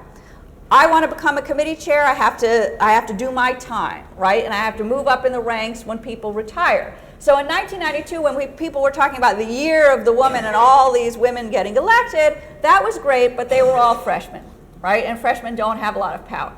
At this point, a lot of those women that were elected in 92, now they've got some power. So if I look in Congress right now, if I look on the House side, in the Democratic caucus, well, Congresswoman DeLauro is a subcommittee ranking member on the Appropriations Committee, which is one of the more powerful committees in Congress. And the ranking member of the full Appropriations Committee now is Nita Lowey. And if Democrats were to gain control, she would be the chair. On the Senate side, the chair of the Appropriations Committee for the first time is a woman, is Barbara Mikulski. So you now have women moving up in seniority into the positions that would allow them some power and control over budgets. And as committee chairs, you control the agenda, right? You control what the hearings are about and what's going to be brought up. And you can imagine that that agenda might be different, right, if you had a woman in charge. So let's say that Rosa DeLauro became chairman of the Appropriations Committee in charge of Health and Human Services and Labor, which is what she is ranking member on now. I bet there would be a hearing on paycheck fairness. I bet there would be some movement on family and medical leave. That's not going to happen now under the current chairmanship, right? So that's a very important thing to understand. The other important thing to understand, though, about Congress these days is Congress is extremely partisan and becoming more so. So you have a lot of party polarization. If I look at the position of women in Congress, if I look in the House of Representatives, on the Democratic side, women make up 38% of the Democratic caucus. Most of the women in Congress these days are Democrats. So they're 38% of the Democratic caucus on the House side. On the Senate side, there are 20 women, 16 of them are Democrats. So women within the Democratic Party now have more access and control over the course of the Democratic policy agenda, and you can see that influence, right? Nancy Pelosi was very strong on health care. If you compare the actions of Nancy Pelosi to the actions of Harry Reid and Max Baucus, healthcare reform is more comprehensive than it might have been and includes more protections for women because of what Nancy Pelosi decided to do and decided to push within the Democratic caucus. So within the Democratic Party, women are gaining more influence. But within the Republican Party, women are actually falling behind. So women in the House of Representatives make up only 8% of the Republican caucus. They are actually losing ground within the Republican caucus. There are only 4 Republican women in the Senate, and this is like the high point we're talking about. Okay? So there's not very many Republican women. Part of what's going on is that polarization. So more women tend to be moderate, and moderate Republicans are no longer running. So there were complaints laid out about Susan Collins and Olympia Snowe. I'll take them any day over Michelle Bachmann. Okay?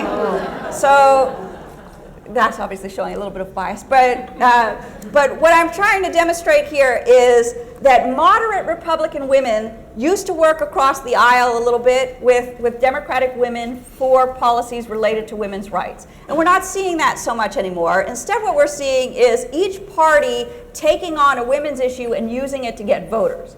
The Republican war on women was a Democratic Party idea that was pushed a lot by women in the Democratic Party to talk about contraception and abortion and things like this in a partisan way. That's not going to attract Republican women. And the Republican women are trying to carry the banner for the Republican Party to say, hey, you know, we're not bad, right? And Republicans, we like women and we help women, you know, with tax breaks and small businesses. And Martha Roby just put on the floor, you know, an idea that's being pushed by Eric Cantor, which is comp time, which passed the House on a party line vote, right, with all the Republicans supporting and all the Democrats opposing. So what we're seeing is a lot of party polarization.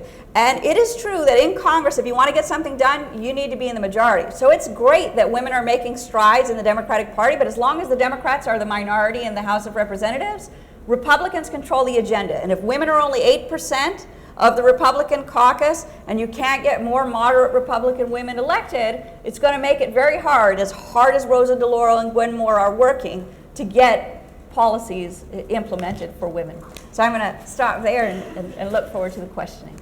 Thank you. I think, and welcome, Sam Bennett. We're glad to have you here. Well, I just want to make sure, does my microphone work? Can you all hear me? I just want to apologize. I've been in a car for 6 hours, which should have been a 3-hour trip, and my bladder has exhibited all kinds of strength and here, so I'm good. I'm here, and I apologize for the lateness, and Martha, being here with you is particular. Hey, Michelle, good to see you. And that was a great segue for me to get on my soapbox, but I'll let you do your thing first, Martha. No, I've done my thing. You have been introduced. Okay, cool. And you are going to talk to us about recruiting and training women to run and some other things that you are involved in terms of name it, change it. I hope you'll have a little chance to address that, and we'll leave a couple of minutes for some dialogue as well. Well, in the segue again of my apologies, our organization, Women's Campaign Fund, and our foundation, She Should Run, is the first organization that wrote checks to women when they ran for office. So our first check actually went to Olympia Snowe, right? So, and we were her first check, and she was our first check back in 1974 when we opened shop. So really honored to be here with you. We're big admirers of the work of IWPR. Did I get the acronym right? Good, okay. Big admirers, because what IWPR does is something we've dedicated ourselves to doing. Back in 1974, when we opened shop, there were equal numbers of Republican and Democratic women in Congress. And the moderate Republican women, I was one of those, right, were the mainstay of the Republican Party. And raise your hand if you remember those days, right? Yeah. Right? Remember those days? And since then, of course, as you have so accurately stated, there's been this massive polarization that's gone on. And where do women fall in that new landscape? And where do the issues of women fall? Well, even though we've been around for 40 years, and Emily's List has been around for 30 years, and National Women's Political Caucus has been around for 41 years, and the list goes on, you tell me, have we made progress? Let's be honest. Everyone put some chewing gum right here and go, Because if we look at some of those fundamental issues, if we might choose, for example, reproductive choices and options, are we better off than we were 40 years ago, or we are more challenged than we were 40 years ago? This is a basic benchmark. So we at Women's Campaign Fund have said this: we're just going to re-gear everything we're doing to get at the root of the problem. Now you tell me. You guys already talked about what we're ranked in the world. Did we talk about that one? We're ranked, Heidi did, yes. We did. Okay, so 97th in the world in the number of women elected office. We're behind Cuba and Afghanistan. Now, raise your hand if you think that's okay. Right? No pressure there. So what we're doing is getting to the root of the problem, and research shows, done by some very preeminent researchers like Jennifer Lawless at American University, that the biggest reason we're 97th is American women don't run. Now, I never would have run for office, but that I was recruited to run by Republicans and Democrats. Someone give me the answer. How many times do you have to ask a woman to run before she does it? Raise your hand. Got to raise your hand so I can tell you. Yes, 10. Not quite that bad. 6. Nope. I heard 7. It's 6. Now, I just want to do a little show and tell. Okay, if the average is 6, if the average is 6, I'm not going to rip this thing off. But if the average is 6, okay, that means Kirsten Gillibrand is over here. How many people had to recruit her? Everyone say 0. That was allowed. Everyone say 0. 0. Okay, now who had to recruit your average woman? Your average woman won't run unless she's recruited. Guess what? The average is 6. So what's the real number over here? 12. Right. So the work is enormous. And then you tell me this. How many women are asked to run relative to men?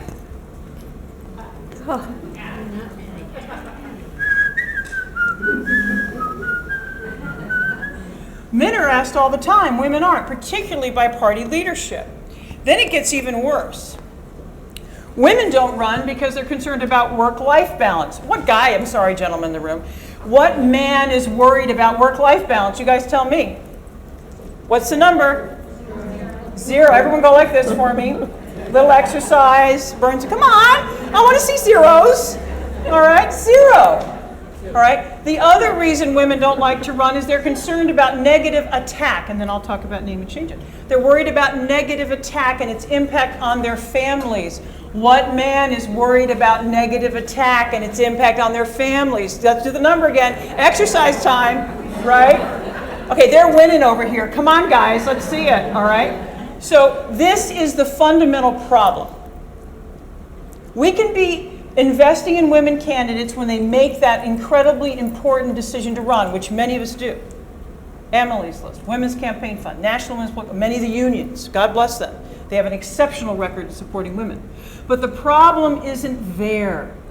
The problem is over here. Women aren't running. So Martha asked me to speak to name it, change it. Here's something you all can do. Raise your hand if you'll promise to ask a woman to run at least once a year. Raise your hand if you'll promise to do that. I will. Just one, that's all I'm asking, right? This handsome man, come on, one, you can do one, right? Right? And also, I'm asking if you will report sexism when it is leveled at a woman, which, hi Karen, when it's leveled at a woman when she runs for office. Will you raise your hand if you will fight against that? Good. Okay, raise your hand if you think that women deal with a sexism that men don't. Oh, you all agree on that. Okay, cool. All right. Here's what happened. I ran for Congress in 2008 in PA 15. I'd run for mayor twice, lost by 42 votes. I'm very good at losing, by the way. And ran for U.S. Congress, was the top endorsed challenger of the country in 2008. And the most heinous quote that I can't say publicly was plucked from the internet, put on the front of the Tribune paper, circulation of 180,000 with a color photo of me, top of fold, front of the paper, 4 days. It had words like PU asterisk asterisk Y in them. Right? It had words like WH asterisk RE in it, all right? And I was told to ignore that quote and do nothing, okay? By Emily's List, God bless them, they do incredible work. DCCC, right, the national trackers. And when I had the honor of taking over as the new president 4 years ago of Women's Campaign Fund, the first organization to do this work in the country, I'll definitely hit this in 1 minute, I promise. I thought that's wrong. And so I was very honored. We raised the money, created a consortium of women's organizations across the country, have an incredible partner in Women's Media Center. And here's what the research shows. And you will all pass this information out to your circles now. That as soon as you start talking about a woman's appearance, she drops like a stone electorally 10 points. You talk about a man's appearance, nothing happens. And no one talks about his appearance anyway, unless he's Chris Christie and he's getting a gastric bypass surgery, right? No one talks about a man's appearance, but everyone obsesses about a woman's appearance. Hillary Clinton, right? So here's the solution. All you need to do is tell your woman, and you also respond and push back. Third-party validators can be just as effective as a woman herself. And she regains all the lost votes, and she gets a nice bump at the end because the voters go, oh, you're right, that's sexist. I bet her opponent was behind that. All right, so raise your hand again and tell me if you're going to push back and you're going to speak out when a woman deals with that. Raise your hand if you're willing to do that. Oh, I see 2 hands. I like that. If she had 4, she'd raise them. Awesome. The last piece, our other research that we have is called Vote with Your Purse. Women undergive relative to men politically. They only give 26% of the political dollars in this country. Is that a problem? You tell me. Yes. Well, no, I'm sorry. Even if you just gave $5 to every woman candidate that shared your values, we got something going on, baby. All right? So raise your hand if you're willing to give $5 to any woman that shares your values when she runs for office. $5, that's all I'm asking. $5. So again, at Women's Campaign Fund and She Should Run, we are dedicated to attacking those root problems, changing the landscape so far more women can run for office. And we use IWPR constantly as a resource to help our women candidates and help direct us in our efforts. Thank you very much. Thank you. Thank you, Sam.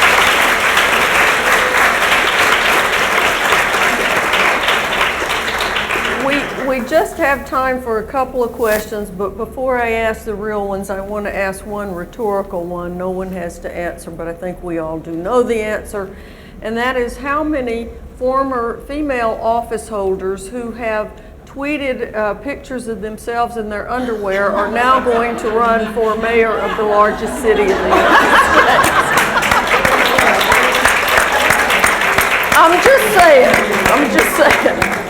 But to get back to the real questions, and both of you have mentioned this, and that is the extreme partisanship that we're now seeing in the United States Congress, and that our moderate Republican women no longer seem to be empowered to go against their party on even the smallest thing. Let's address a little bit the influence of the far right, the Tea Party, and the hardliners within the Republican Party. Is that the main thing, or are they afraid of a primary challenge? Well, if I could start, Michelle, and lob off to you. 2 things are happening, canary in the coal mine. Pat Toomey from my state, I'm sorry. He is senator. He used to be a moderate Republican, seriously he did, from my district, PA 15. He was a co-sponsor on that gun control bill, right? And I'm saying to you, I see as a canary in the coal mine that there are some Republicans that are going, the way to get ahead in the Republican Party of the future is to be a moderate again. I can tell you, you can smell it. There's blood in the water there. For Pat Toomey to do it, I'm telling you.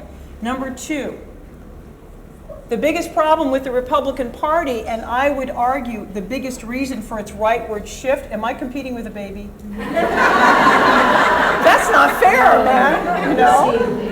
Aw, round of applause for the baby. Aw. How old is the baby? Aw, congratulations. Is that your first? Oh, they have a special place in the world. That's right. I just became a grandmother, so I'm useless, right? So 28, 26, 10-year-old menopause, oops, and a 10-month-old grandchild. I got it all going on.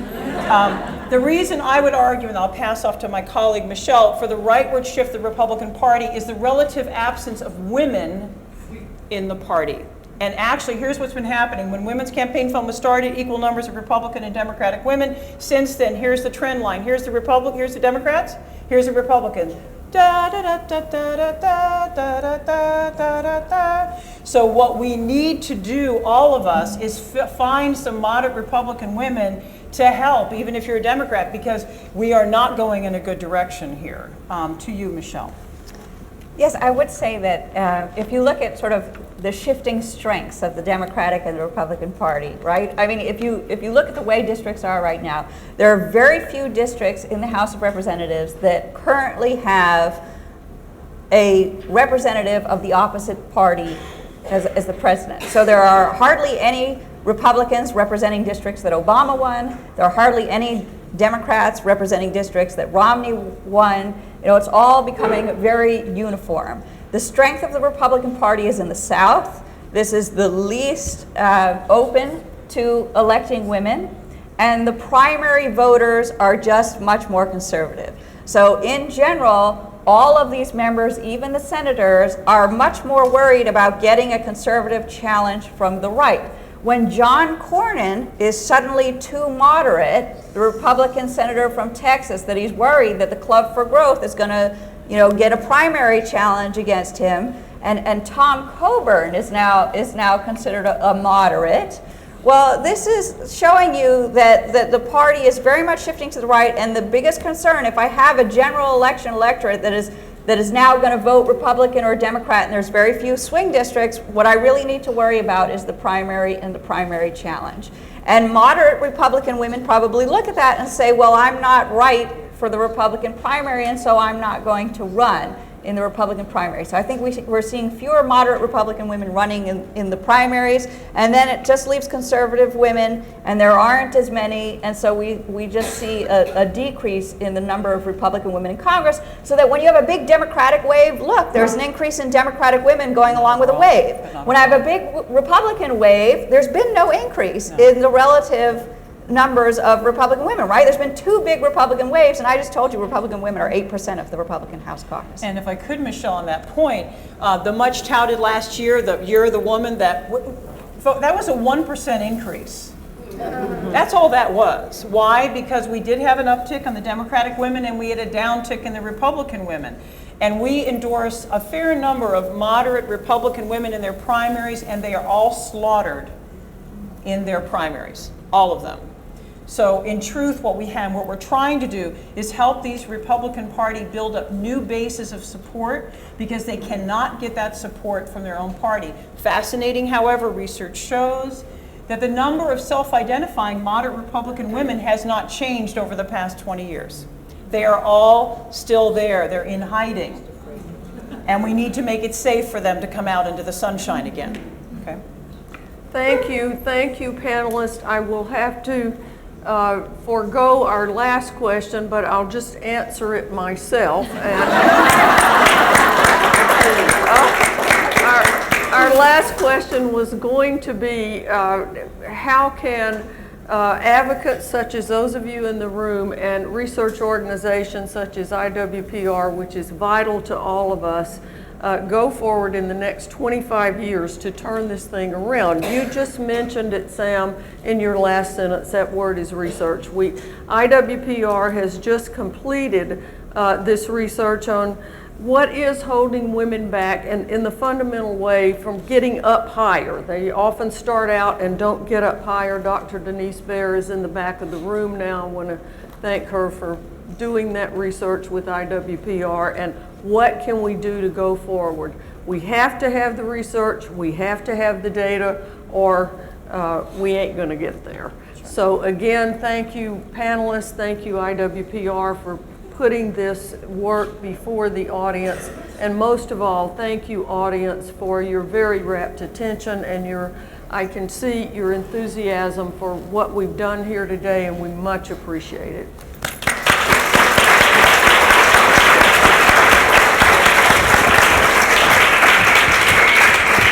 Thank you very much to the panel for daring us to run and daring us to lead.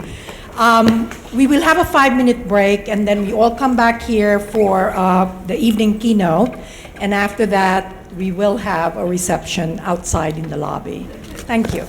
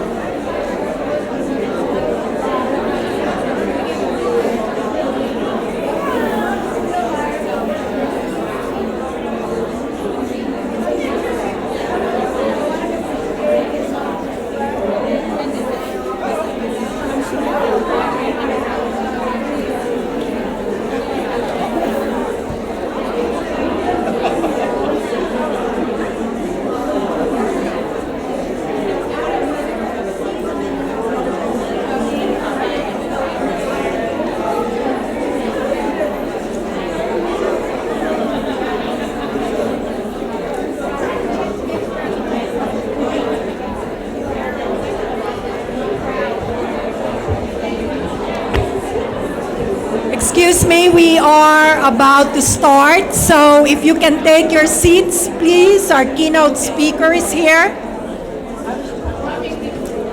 I would like to call Michael Laracy. Hi. I'll introduce you from the podium.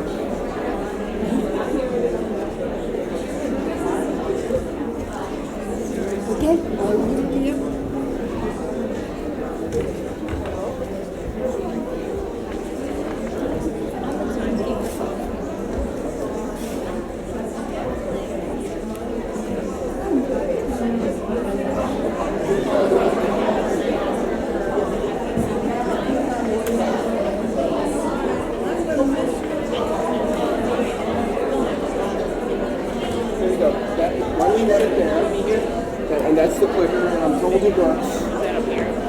Here, you want to order? Okay, never mind. Do I need? I don't need to. No, it's okay.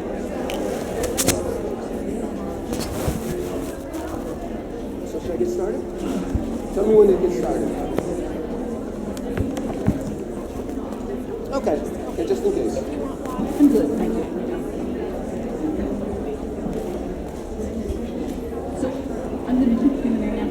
No. Or not? Because stop. And then so Heidi will come up and thank you.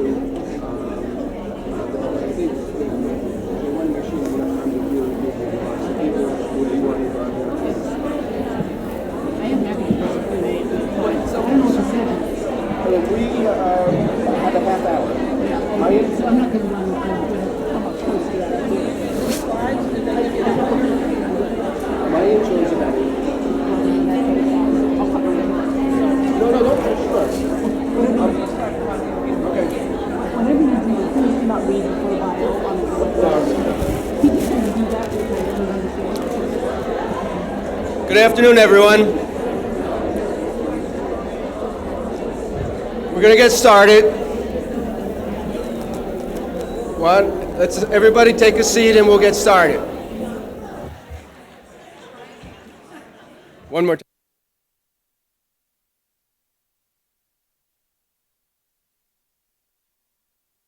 It's great pleasure and honor of introducing our keynote speaker and my dear friend, Dr. Rebecca Blank, who will address the issue of empowering women in the economy. I'll begin by touching on the hugely impressive list of Becky's personal achievements, but I'll conclude with a personal anecdote, one that some of you will recall, but not as vividly as I do. One that I think truly exemplifies Becky's dedication to using research to improve people's lives, one that illustrates her passion for ensuring that all voices are heard, and one that shows her absolutely unflappable professionalism. You know what we're talking about? Can't wait. Okay. Becky was confirmed as the Deputy Secretary of Commerce in March 2012 and has served as Acting Secretary of Commerce for almost a year. Becky joined the Department of Commerce in 2009 as the Undersecretary for Economic Affairs. In that role, she led the Bureau of Economic Analysis and the Census Bureau, where she oversaw an on-time and under-budget 2010 census. I want to stay with that topic for just a minute because it's no exaggeration to say that Becky and Bob Groves, the Director of the Bureau of Census that she recruited, saved the 2010 census. In 2008, it looked all but certain that the census was going to be a total fiasco. The effort to develop a handheld electronic device had failed and had to be killed at the last minute, leaving no real plan in place to collect data. Not a small matter with the census. Moreover, for 8 previous years, the census had been woefully underfunded by a hostile administration in Congress, and the recruiting and training of field workers was dead in the water. Becky and Bob and the professionals of the Census Bureau turned it around 180 degrees in only a matter of months. They made brilliant use of the stimulus funds provided by President Obama, and the census was hugely successful. For this alone, the nation owes Becky a huge debt.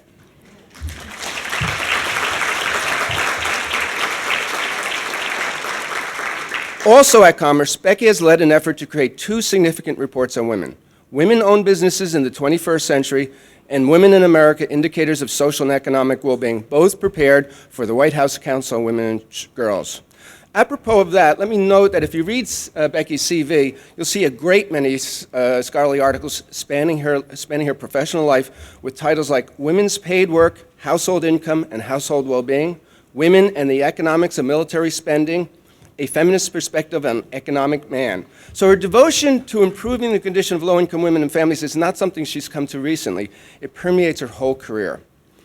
In the decade prior to joining the Obama administration, Becky served as a senior fellow at the Brookings Institution and was previously the dean of the Gerald R. Ford School of Public Policy at the University of Michigan. She also served as co-director of Michigan's National Poverty Center. At Michigan, I think it's fair to say that Becky took a good school of public policy and turned it into a great one. Not only did she oversee the construction of the Ford School's fabulous new building, which one much beloved by students and faculty alike, it's really nice.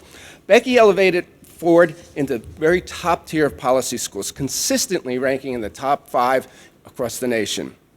Before that, Becky served on President Clinton's Council of Economic Advisors, and prior to working with the Clinton administration, Becky was a professor of economics at Northwestern and director of the Joint Poverty Center there. Throughout her career, her research is centered on macroeconomic issues, government social policy programs, and the behavior and well-being of families. She has focused more specifically on poverty and inequality with an emphasis on low-wage workers, low-income women, and single moms. She has written and contributed to dozens of books and articles on the topics. Among the many books that Becky has authored, co-authored, or co-edited are Changing Inequality, Work in the Poor, How Economic and Policy Changes Are Affecting Low-Wage Workers, Measuring Racial Discrimination, It Takes a Nation, A New Agenda for Fighting Poverty, Do Justice, Linking Christian Faith and Modern Economic Life, and with Ron Haskins, The New World of Welfare. We'll talk more about that in a few minutes. Becky is a member of dozens of other professional and academic associations. She was a longtime faculty affiliate of the National Bureau of Economic Research, vice president of the Economic Association, American Economic Association, and president of the Association for Public Policy Analysis and Management, APAM. In May 2010, Becky was inducted as Eleanor Roosevelt Fellow by the American Academy of Political and Social Science in recognition of her distinguished scholarship in social sciences and because she approaches her academic scholarship with practical concern and unwavering devotion to improving public policy and ultimately improving real people's lives. I think that says it. Like both Daniel Patrick Moynihan and IWPR, Becky has moved seamlessly back and forth between the worlds of academia and public affairs with profound impacts in both.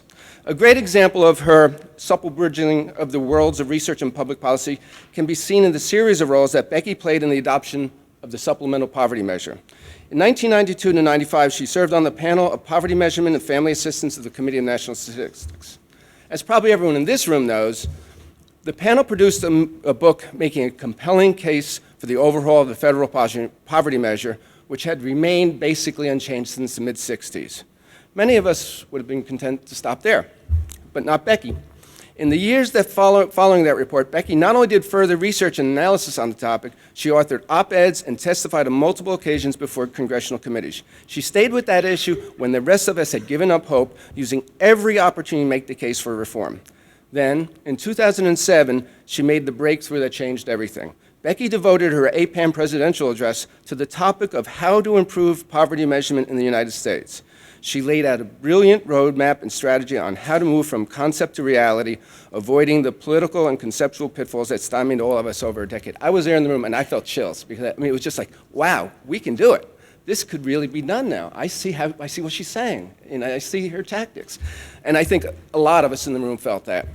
18 months later, Becky was appointed Undersecretary of Commerce, which, by the way, shows that there is a God and she's a policy wonk. One of her top priorities was the adoption and implementation of the Supplemental Poverty Measure. So now, for the past 2 years, the Census Bureau has released the Supplemental Poverty Measure along with the traditional measure.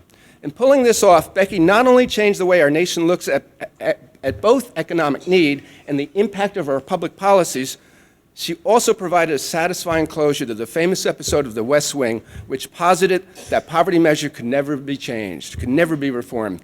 Becky accomplished what President Bartlett failed to do. Who could put that on their CV? Becky hails from Missouri. She graduated summa cum laude in economics from the University of Minnesota and holds a PhD in economics from MIT. She's married to economist Hans Kuttner and has a daughter, Emily, who attends Bethesda Chevy Chase High School. Now, let me just conclude with a personal anecdote. Back in 1998, Becky, Ron Haskins, and I hatched the idea of trying to inform and influence the impending reauthorization of TANF by recruiting an equal number of liberal and conservative scholars to author essays on a dozen or so key issues that should be part of the policy debates. We wanted to bring both sides together and see where we could get consensus and at least elevate the issues and put them on the radar. I funded the project. They did all the work.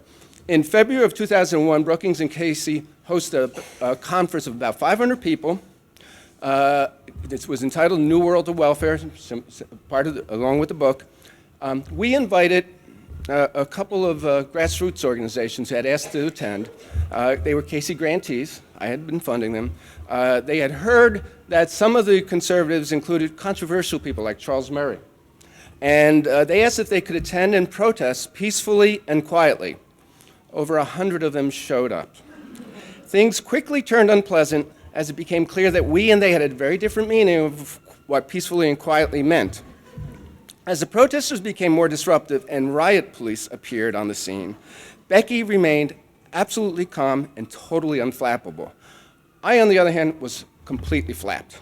My immediate boss, my CEO, 2 Casey board members were there witnessing my big policy conference and featuring a half a dozen riot police.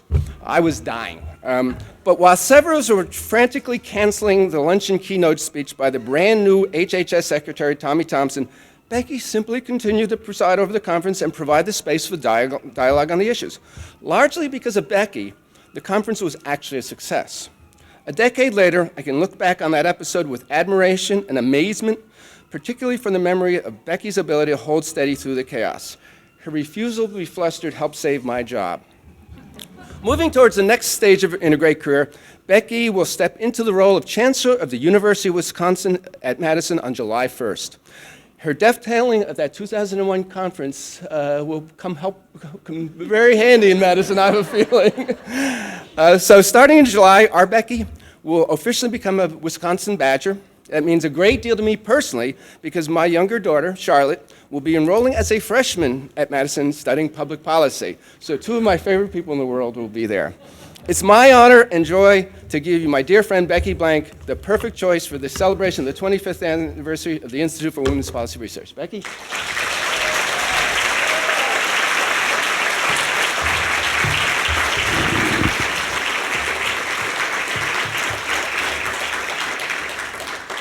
Thank you very much for those kind words, Mike. I have to say your introduction, I think, is longer than my talk.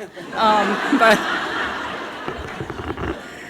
I definitely remember that 2001 conference, I will say that. I haven't seen riot police for some time, but I do understand the Chancellor's office was taken over 2 weeks ago at the University of Wisconsin, so I'm getting ready. There are a couple of prime seats down here for those of you who are standing. Don't feel like you have to stand for the whole thing. I want to thank Mike. I want to thank Heidi for putting on this event and for the many contributions that she has made through her own research and, most importantly, by creating, funding, and operating this organization known as IWPR. I have been a supporter of IWPR, I think, since about the very beginning. I don't remember if I was there the first year, but I was there by the second or third, and I am really delighted and honored to be able to help celebrate the 25th anniversary. This organization has made a major contribution to the study of women in the economy and policy relating to women. There is still too little attention devoted to the effects of policy on women and families, but IWPR continues to build the strong foundation of knowledge that we need to advocate on behalf of women and their families. This is incredibly important work, and I am very glad that Heidi and all of the other staff here who have worked for IPR, are currently working for IPR, are going to work for IWPR here in the future, are here and have been doing this for the last 25 years. So I just want to say thank you, Heidi.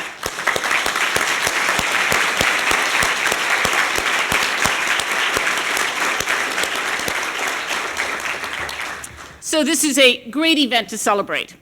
I want to talk about some of the progress that women have made, as well as some of the challenges that still exist in terms of empowering women in the economy. I'll discuss education, labor market involvement, leadership in the private sector, and touch on how some of these changes have interacted with women's more traditional roles. So let me start with education. Education is the route from poverty to economic stability for women. This is particularly true in less developed countries where the research clearly shows that educating girls as fully as boys brings improved health, higher family incomes, and many, many other societal benefits. But it's true in the United States as well. Education gives women access to jobs that allow them to be financially independent, able to support themselves and others in their family when needed. In the U.S., over the past 50 years, we have seen substantial progress in women's education. It's one of the real good news stories related to women.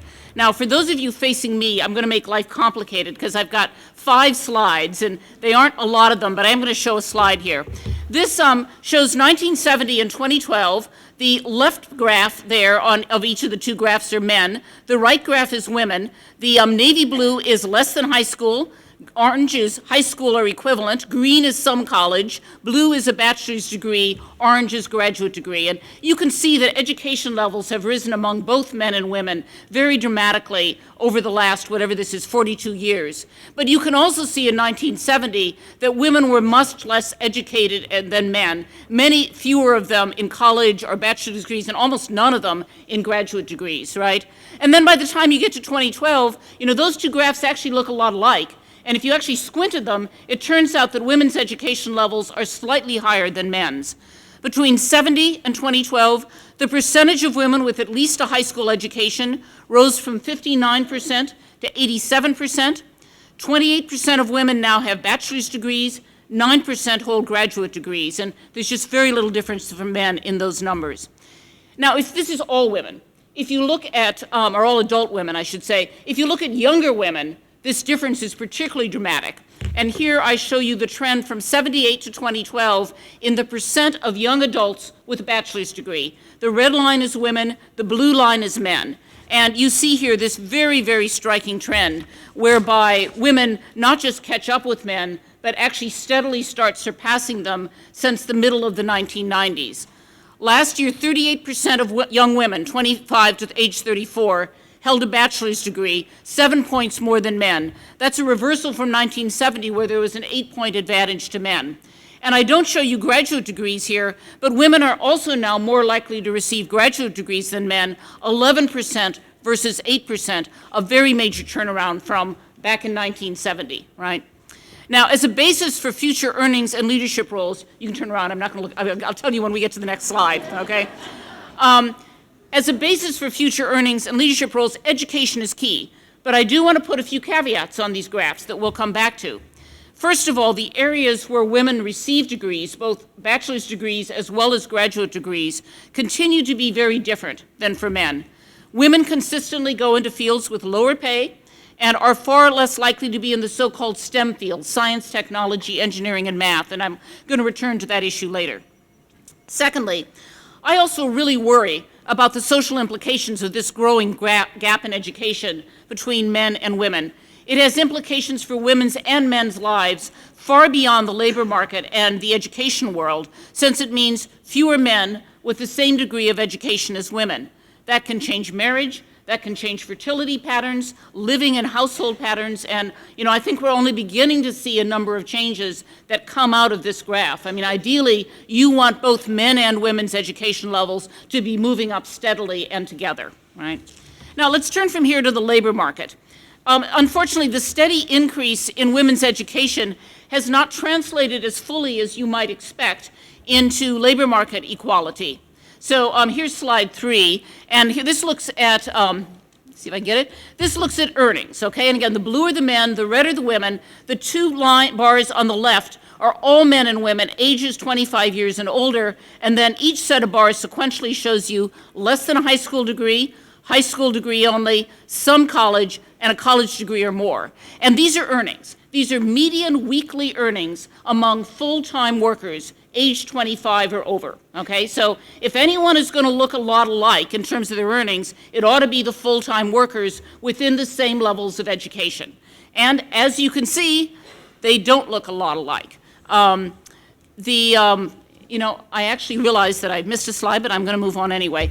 Women consistently earn less than men, and for all women together, what you see is that women earn 73 to 70 cents on a dollar for every dollar earned by men in each of those educational categories. For the whole group, it's about 80 cents on the dollar, and this is full-time workers, so it's a little different than the statistics for all men and all women, which I think are around 76%. This is the sort of gap that President Obama cited when he signed his first ever bill into law 4 years ago, the Lilly Ledbetter Fair Pay Restoration Act. Now, this ongoing disparity in earnings reflects at least two things. First, as I noted, women still choose a different set of occupations and industries in which to work, and the jobs they choose tend to pay lower wages. It is beyond the scope of this talk to discuss about all of the reasons why that might be true, but it's clear we should be doing more to get women and girls to think more broadly about the careers that are open to them. And a good example of this is in the STEM fields, science, technology, engineering, and math.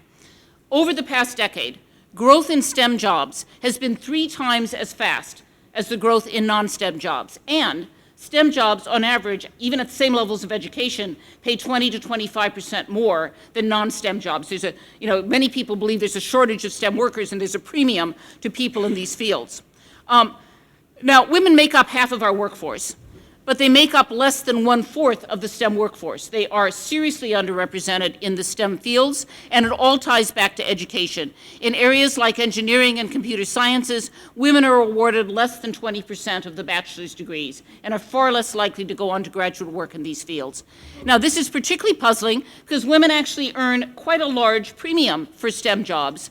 And this is the average hourly earnings of women in STEM occupations on the left. It's about $32 an hour. It's a pretty good rate of pay. In non-STEM jobs for women, it's about $19. Now, even if you adjust for differences in education, in geography, for the age, sort of the host of usual adjustments you'd want to make if you were running a wage regression model, you still see women in STEM jobs earning 22% more than women in non-STEM jobs. And for men, that premium is only about 13%. So, if you're an economist, you want to say, well, gosh, women should be entering STEM jobs at an even higher rate than men, and that's simply not happening.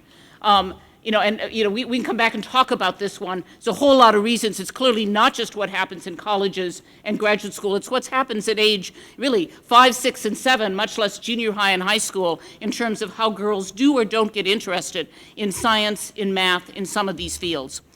We will continue to have a shortage of STEM workers in this country so long as half of the population rarely elects to enter these fields. And I should note, this is not a universal phenomenon somehow related to that X chromosome. In Eastern Europe and in Asia, a much higher share of women enter STEM fields, and so you're much closer to gender parity. So this is something that is relatively unique to some set of countries. We need to do more to interest girls in sciences and to open young women's ideas to the benefits of pursuing STEM fields. And we need to do this not just to broaden economic and career opportunities for women, but for the sake of long-term competitiveness in the United States. We need more STEM workers if we're going to retain our innovation edge and our lead in the global economy. And this is a key competitiveness issue in the long run. And looking at women as a source of more people who could come into STEM fields is a very important issue. Now, a second major reason, I think that's the end of my slide, so a second major reason behind the earnings disparity between men and women is that there continues to be differential labor market treatment for men versus women once they enter the workforce. It turns out, in most cases, there's relatively little difference in pay by gender for entry-level workers in the same job. You can find some differences, but they aren't nearly so big as some other differential treatment issues. We have substantially reduced the entry-level discrimination against women in the same job as men. But women end up earning less for 2 other reasons. Some of the differential occurs when women interview for jobs and are disproportionately directed towards the openings in the more traditional women's fields, which of course pay less. Some of the differential occurs because of the gender differences that open up over time as women progress further into experience and into the labor market. So for instance, if women stay with a company and try to advance, and you look at promotions of men and women who come into the country with essentially the same degrees and the same training, you find that men are promoted more rapidly and receive larger wage increases upon promotion. Consider this. At the top levels, women account for about 53% of entry-level professionals into America's largest corporations. However, they hold only 37% of middle management positions. They hold only 28% of vice presidential and senior management roles, and they hold just 14% of executive committee seats. They comprise only 4% of CEOs within the Fortune 500.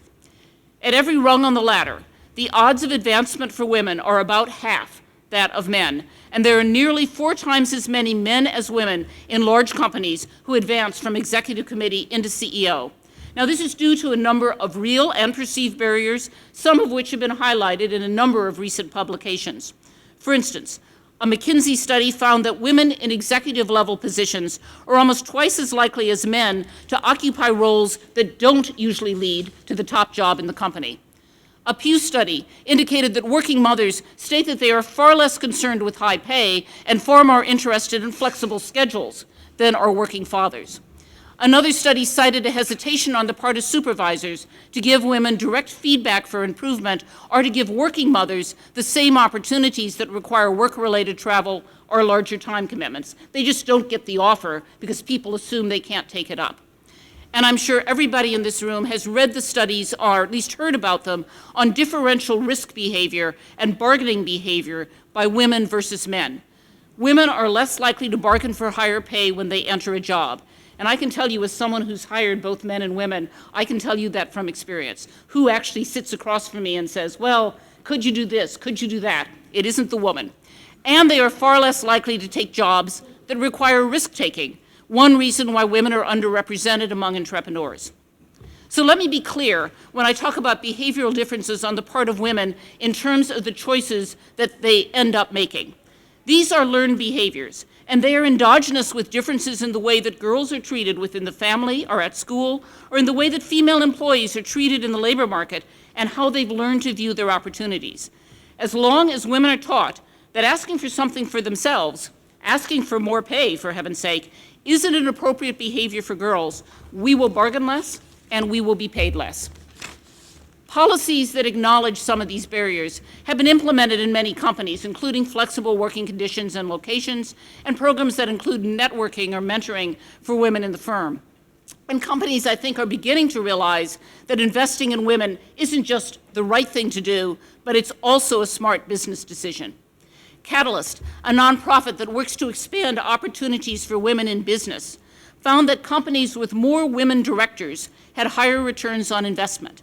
In 2010, there's a 26% difference in return on invested capital between companies in the top quartile for women's representation on their board.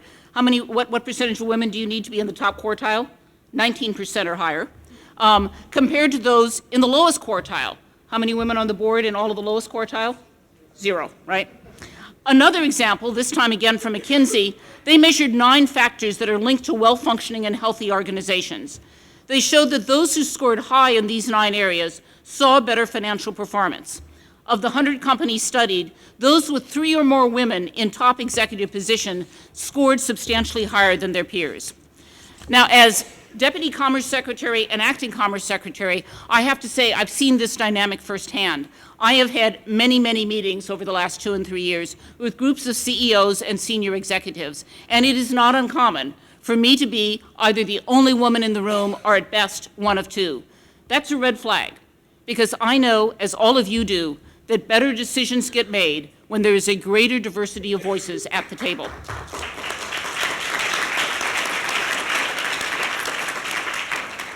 I will say, however, that it is very refreshing to see a growing set of women leading major U.S. companies. Ursula Burns at Xerox, Denise Morrison at Campbell Soup, Marissa Mayer at Yahoo, and we need to reach a point one day when it's not news when a woman CEO is chosen to lead one of America's iconic companies. So one final comment on the labor market. Women remain underrepresented in self-employment. Entrepreneurship and business ownership is an important path to building assets and wealth and achieving economic independence. More broadly, this is crucial in order to bring new ideas to the marketplace, create jobs, and drive economic growth. Unfortunately, women are still less likely to start a new business and to own their own firm. While this is changing, women represent only 30% of business owners, and their firms tend to be smaller. So again, look at the underrepresentation. Women are almost 50% of all workers in the labor market. They're only 30% when you look at business owners and entrepreneurs, and their businesses, even among business owners, account for only 11% of the revenue earned in those companies. So, they're less likely to be in running these companies, and the companies they run are quite small, okay? Of course, changes in education and work involvement are very closely linked to all the other more traditional roles in women's lives. Too often I think that those of us who care about policy issues that impact women talk just about the education of the labor force. That might be because I hang out with economists, but without talking about their lives as mothers and partners in marriage or other long-term relationships. We must recognize that empowering women in the economy also includes understanding the ways that women's role in society more broadly continues to change. So outside of work, women's lives have changed dramatically. The revolution isn't just in education and workforce behavior. It's not surprisingly, as those things have changed, so have changed women's traditional lives. Women are marrying later. The median age of marriage for women in 2012 was 27, up from 20 in 1950. That's a huge change in the data. Women are having children later.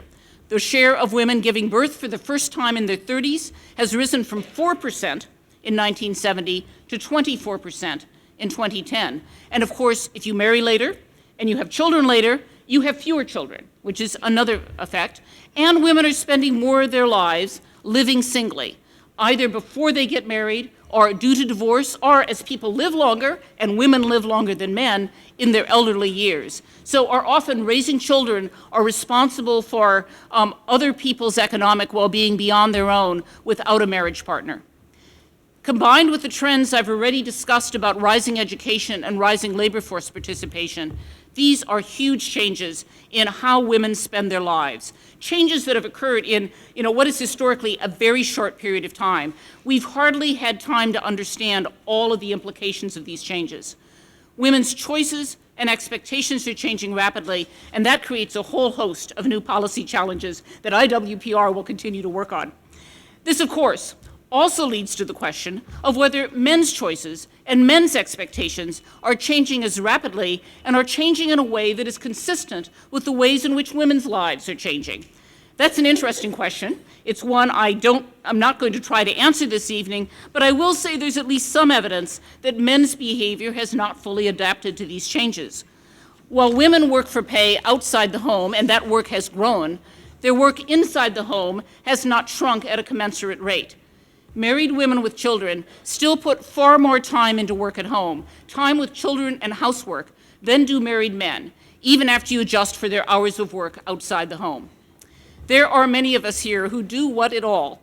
We want a challenging job, we want a great education, and we also want marriage and children. I have been fortunate enough to accomplish this. Heidi has been fortunate enough to accomplish it, and I suspect so have many of you in the room. But the best advice I can give to younger women who ask me, how do you have it all? How do you balance all of this? Is simply to tell them they need to find a good partner, or they need to marry well, to say it in another way.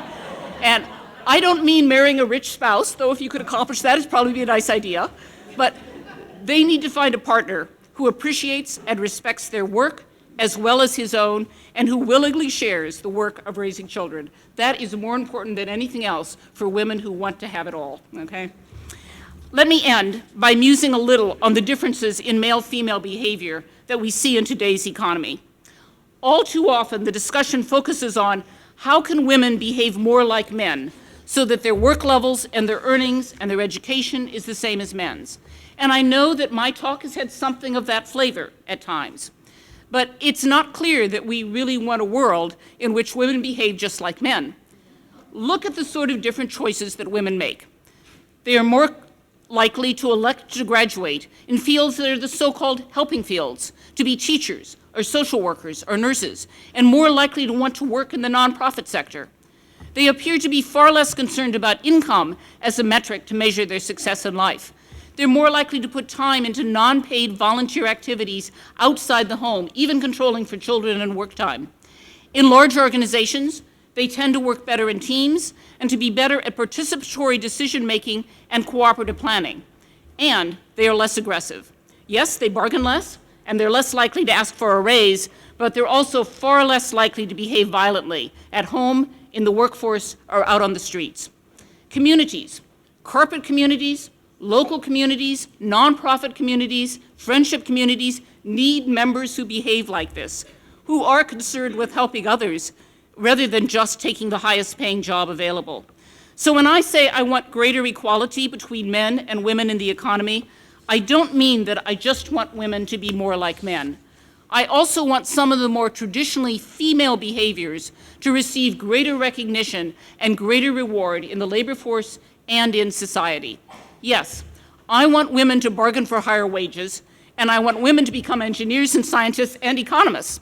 But I also want more men to understand that taking time out for children is an important and a good thing. And I want more CEOs and more supervisors to value the people who work well in teams more than the Lone Rangers who draw attention to themselves. We will be at a better place only when some of the attributes and choices that women make are valued as much as the attributes and choices that men make. So I know that WPR is working on this very well. So I want to thank you all, and I want to say congratulations again to this organization and its 25 years of work. Thank you very much.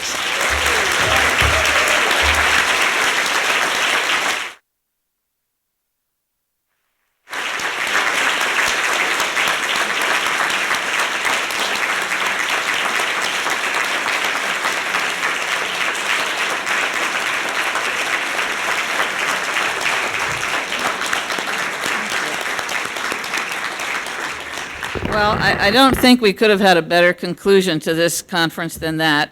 And I will say that in her ending remarks, Rebecca managed to touch on something that no one else had all day, much as we might have thought it. We did talk about valuing female caring work more, but we forgot to mention that we'd really like to see guys do more of it too. And I have the pleasure not only of thanking Rebecca, who originally agreed to take Q&A, but we're actually going to adjourn for drinks. And I think if Rebecca stays around, she'll be willing to talk to people one-on-one. So I have the pleasure not only of thanking Rebecca for a great speech and for 25 years of supporting IWPR, but to thank all the other people that I need to thank.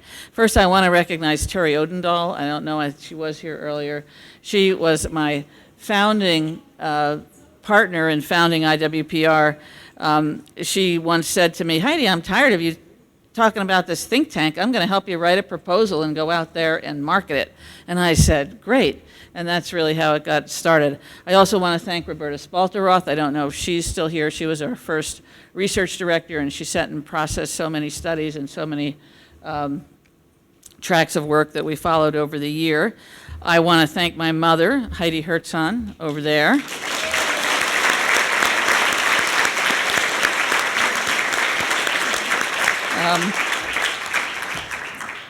She has actually, as you know, patiently sat there all day. She has hardly ever missed an IWPR big event. She has supported almost every endeavor I've ever tried to do, from trying to write and learn to read at age 4 to paying for my typist for my dissertation, because back in those days, if you weren't a professional typist, you had to pay a lot of money to get a typist. And I once calculated that that was probably about 1 month of my mother's wages that went to my typist. And so she has supported absolutely every endeavor, including my obsession with IWPR.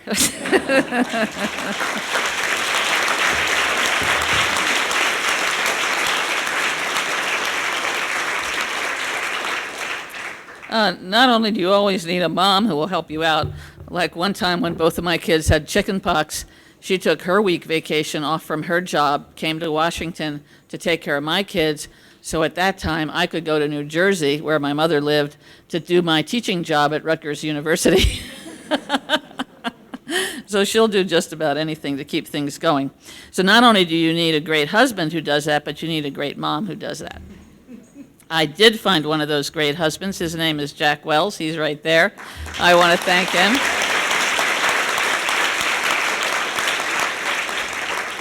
He is also nothing but supportive. You saw my daughter Laura Wells earlier. Oh, she's still here in the back. She seems to have married a pretty good guy, too, Michael Palermo. He's helping a lot with the baby care and the housework. And there's our fourth generation is Judson Palermo over there in Laura's arms. So we're out in force here today. So I definitely want to thank my family for all their support. I have a ton of friends here, including one from grade school in New Jersey, people from Connecticut, Pennsylvania, New York, California, Illinois, Missouri. They've really come in from everywhere, and I really appreciate that. But most of all, I have to thank the IWPR staff. There were 4 people who just did the lion's share of the work on this event, and I think they've entered the room. Jennifer Clark, can you wave? Yes.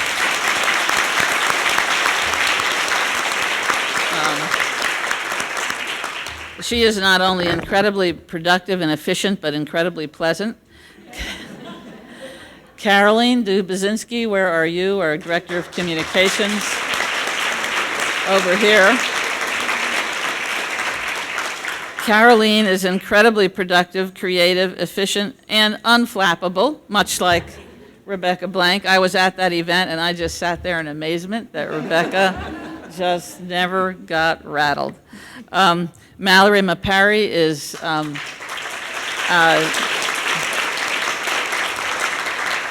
Caroline's assistant. She was assisting with communications technology all day, and she does a lot of our layout. Another really great person to work with. And then I can only say about Elise Shaw, who is my assistant, that she isn't really long-suffering because she's only worked for me for a year, but she did work incredibly hard.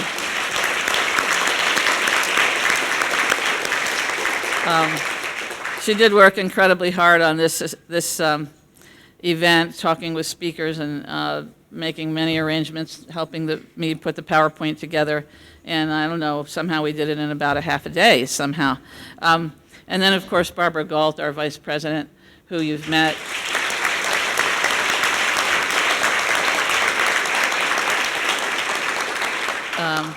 My right-hand person. So, to the entire IWPR staff, past and present, many past staff are here, interns and all of our board members, and all of you. Thank you very much. And now it's time to go drink and eat. So, thank you.